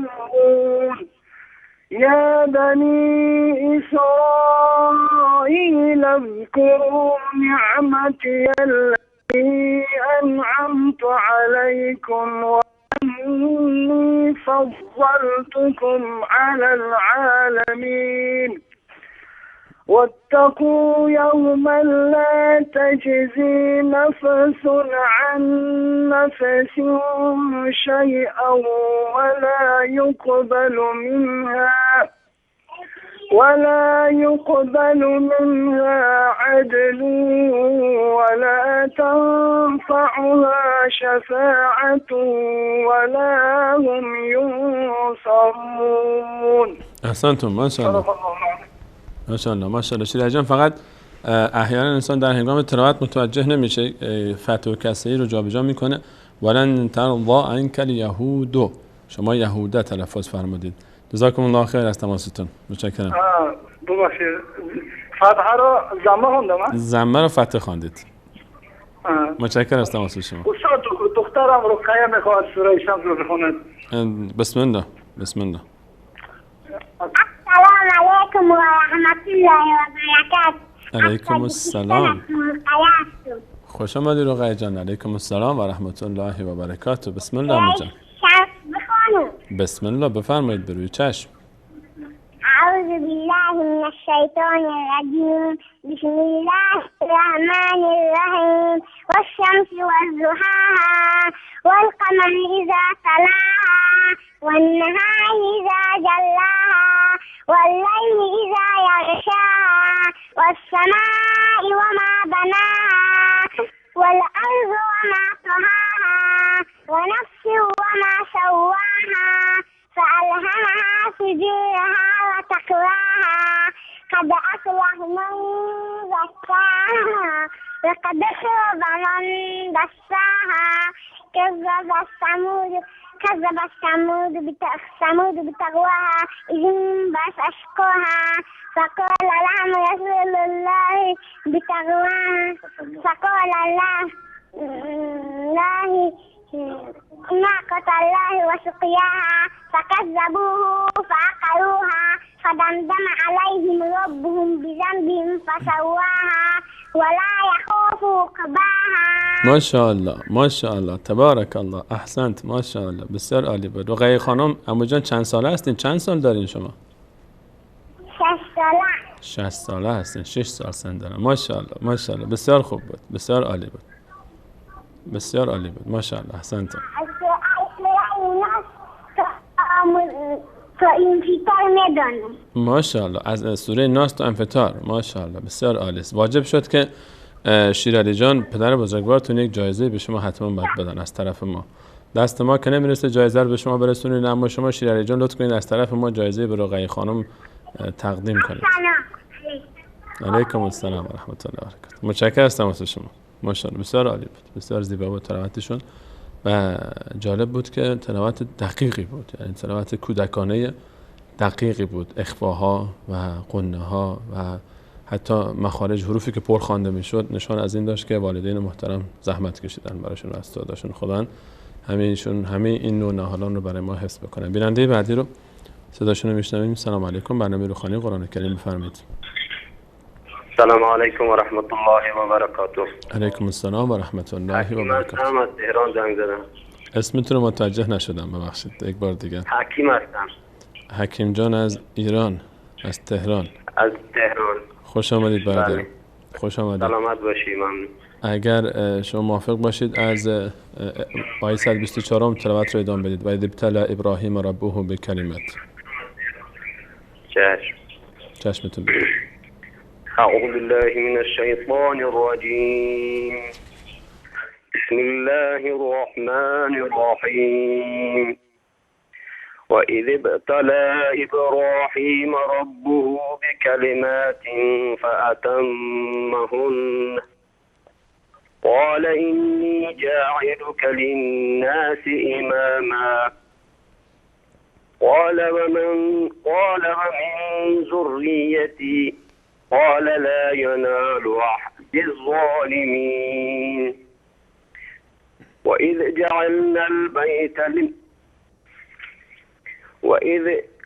جعلنا البيت مثابة للناس وأمنا واتخذوا من مقام إبراهيم مصلى وعهدنا إلى إبراهيم وإسماعيل أن طهر بيتي للطائفين والعاكفين والركع السجود. یک بار دیگه حکیم جان از این قسمت آخر با هم تکرار کنیم. وعهدنا الى ابراهیم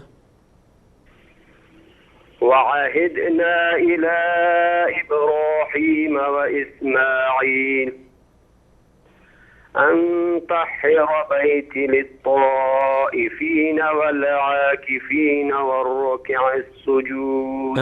أن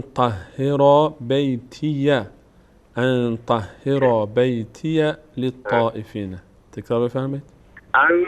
أن طهر بيتي للطائفين بله والعاكفين والركع السجود. والعاكفين والركع السجود. والركع السجود. ما شاء الله ما شاء الله. صدق الله العظیم. ماشاءالله بسیار عالی بود. متشکرم. تشکر از برنامه خوبتان. موفق باشید. سلامت باشید. موفق معید باشید. متشکرم از تماس شما. بیننده بعدی. سلام علیکم، برنامه روخانی قرآن کریم بفرمایید. سلام علیکم و رحمت الله و برکاته. علیکم السلام و رحمت الله و برکاته. خودتون رو معرفی میکنید برادرم؟ سلامت باشید قربان. خودتون معرفی میکنید؟ امید هستم از کردستان برادرم نظر میشم. بفرمایید. خوش آمدید برادرم، خوش آمدید. از ادامه تلاوت برادرمون حکیم جان اگر شما آیه آخر صفحه رو شروع کنید دوباره برگردید اول صفحه. استاد اگه اجازه بفرمایید میخوام آیت 122 تا 124 قرائت بکنم اگه بسم الله. امکان داشته باشه. مشکلی نیست. چرا که نه، بفرمایید.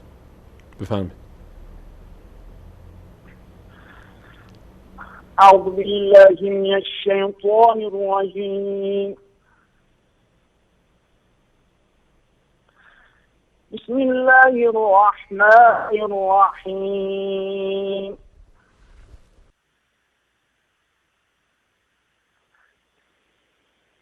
يا بني إسرائيل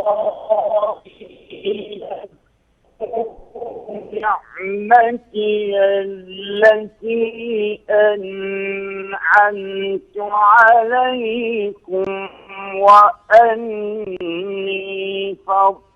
فضلتكم على العالمين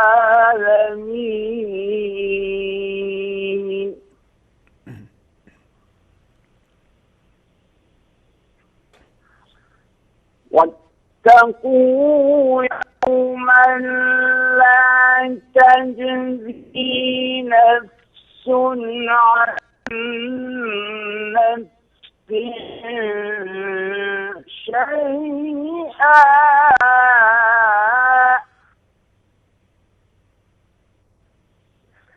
ولا يقبل منها عدل ولا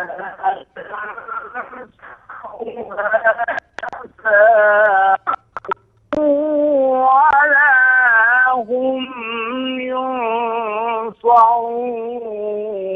ينصرون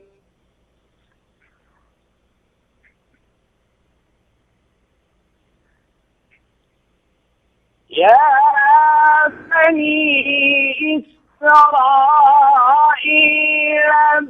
اذكروا نعمتي التي أنعمت عليكم وأني فضلتكم على العالمين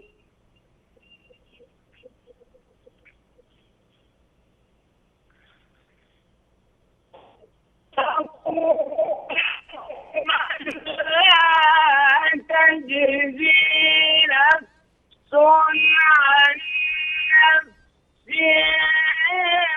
شيئا ولا يقبل منها عدل ولا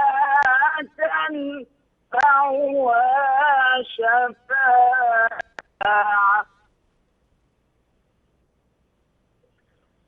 ولا يقبل منها عدل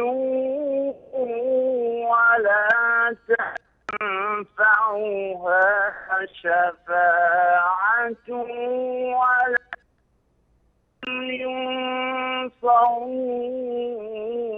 ينصرون. ما شاء الله ما شاء الله، جزاكم الله خير.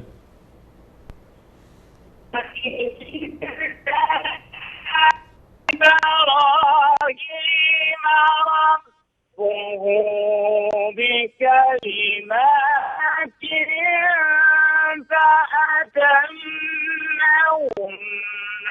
قال إني جاعلك للناس إماما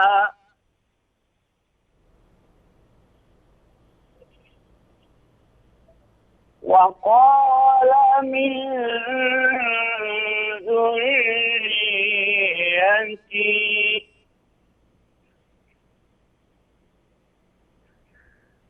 قال ومن ذريتي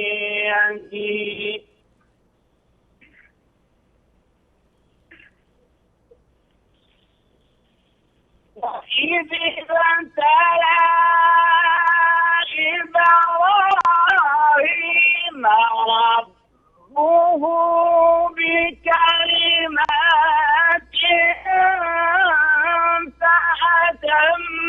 فأتمهن قال إني جاعلك للناس إماما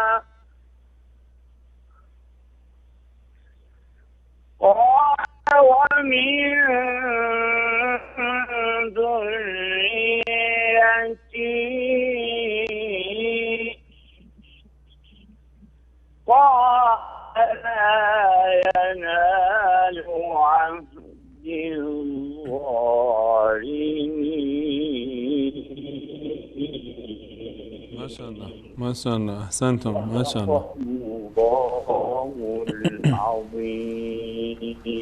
ماشاءالله ماشاءالله.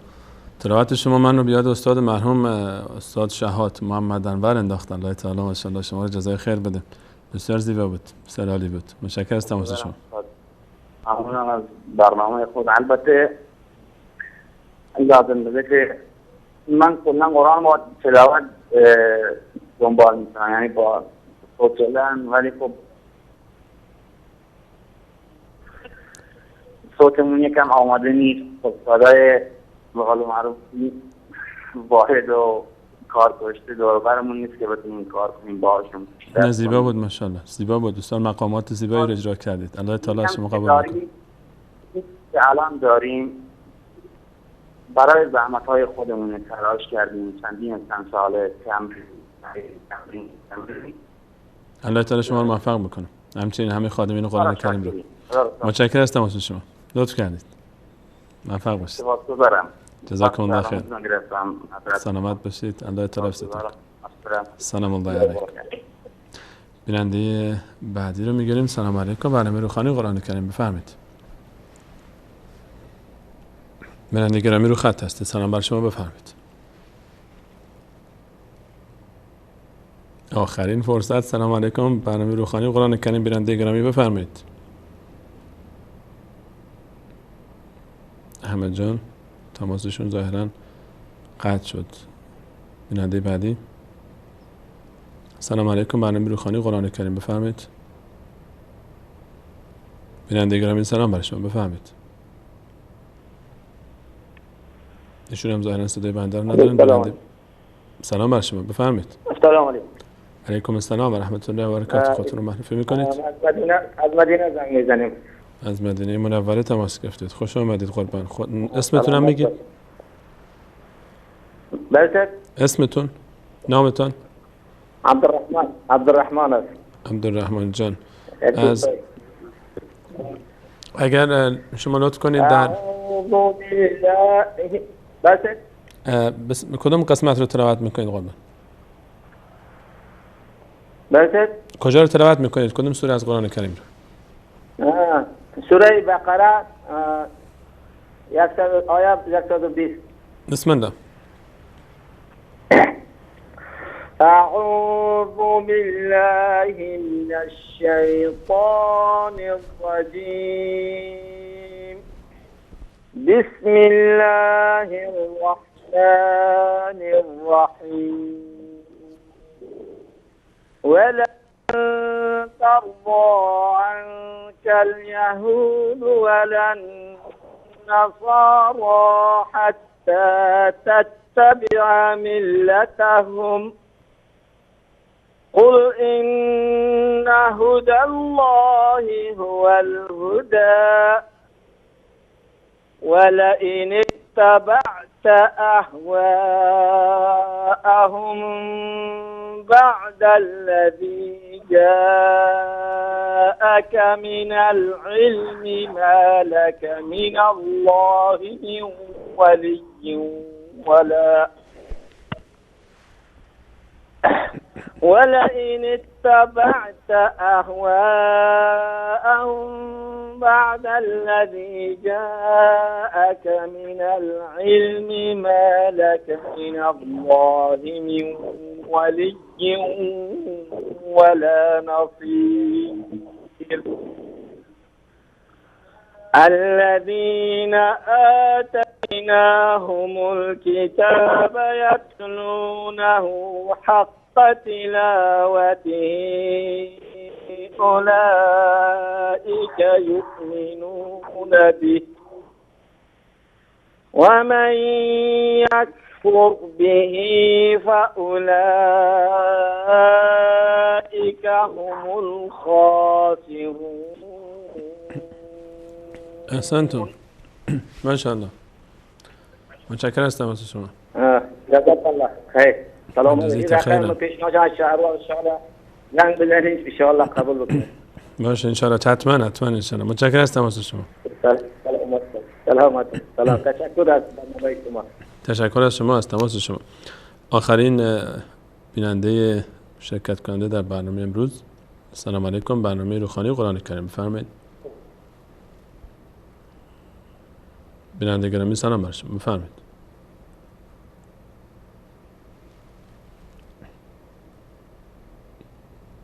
احمد جان ایشون ظاهرا صدای من ندارم، بیننده بعدی رو بس کنیم که آخرین نفر رو بگیریم. سلام علیکم، برنامه روحانی قرآن کریم، بفرمایید. سلام استاد. سلام بر شما. از کجا بکنم؟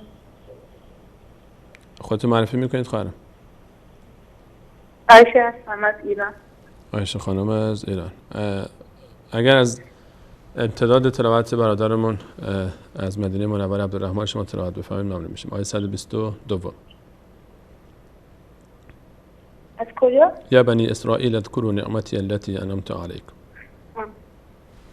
اعوذ بالله من الشیطان الرجیم. یا بنی اسرائیل اذکروا نعمتی التي انعمت علیکم وأني فضلتكم على العالمين واتقوا يوما لا تجزي نفس عن نفس شيئا ولا يقبل منها عدل ولا تنفعها شفاعة ولا هم ينصرون. وإذ ابتلى إبراهيم ربه بكلمات فأتمهن قال إني جاعلك للناس إماما قال ومن ذريتي قال لا ينال عهد الظالمين. وإذ جعلنا البيت مثابة للناس وأمنا واتخذوا من مقام إبراهيم مصلى وعهدنا إلى إبراهيم وإسماعيل أن طهرا بيتي للطائفين والعاكفين والركع السجود. وإذ قال إبراهيم رب اجعل هذا بلدا آمنا وارزق أهله من الثمرات من آمن منهم بالله واليوم الآخر قال ومن كفر فأمتعه قليلا ثم أضطره إلى عذاب النار وبئس المصير. ماشاءالله ماشاءالله خواهرم، بسیار عالی بود، بسیار روان و مسلط میخونید. فقط یک نکته روی حروف استعلا بیشتر دقت بکنید. طهرا، مثلا ابراهیم، این کلماتی که حروف استعلا دارن انشاءالله بیشتر دقت بکنید در برنامه‌های بعد. متشکرم از تماس شما. منم از شما ممنونم استاد، برنامه‌تون خیلی خوبه. الله تعالی شما رو حفظ بکنه. موفق باشید. خدا یار و نگهدار شما. تشکر میکنم از همه عزیزانی که در این برنامه مشارکت کردن. فقط در پاسخ خواهری که سوال پرسیدن در موضوع ترجمه هایی که میشه بهشون اعتماد کرد در حالا نرم افزارهایی که روی موبایل ها نصب میشه، علل خصوص باید دقت بکنید که این رو از یک مرجع معتبری دریافت بکنید. حتما چه خود مصحف رو، حتی خود مصحف رو هم نسخه هایی رو مشاهده شده که حتی حالا عمد یا غیر عمد اشتباهاتی در خود مصحف حتی مشاهده شده که نسخه های غیر معتمدی است. اگر حالا خود قرآن به جای خود که ترجمه باز مهمتر از چیز هم هست، مصحف که واضح از هر من الشمس گهگداری اشتباهات واضح و آشکاری درش مشاهده میشه بعضی از نسخه. به همین خاطر میتونید که دقت کنید که ترجمه هایی رو که دریافت میکنید ترجمه معتبر بشه. اگر به سایت عقیده مراجعه بکنید میتونید در سایت عقیده اونجا ترجمه های قرآنی رو به هر نسخه های موبایلی هم هست میتونید دریافت بکنید. ترجمه تفسیر نور هست از استاد دکتر مصطفی خرمدل و ترجمه استاد گمشادزی، استاد کیانی و ترجمه های دیگری هم در اون قسمت یافت میشه. در بخش تفاسیر و بخش قرآنی مراجعه بکنید. میتونید نسخه موبایلی هم برای خودتون دریافت بکنید. حالا اینکه ترجمه‌ای که شما در دسترس دارید رو مطمئن بشید حداقل که مترجم از اهل سنت و جماعت هست و کسی هست که حداقل ملتزم باشه به اصول تفسیر و قواعد تفسیر و سر در بیاره از این مسائل تا خدای نکرده دچار اشتباه نشید و برداشت غلط از آیات کلام الله مجید. تشکر میکنم از محمد جان، احمد و فرید و دیگر همکاران عزیز در اتاق کنترل و تشکر ویژه از همه عزیزانی که تماس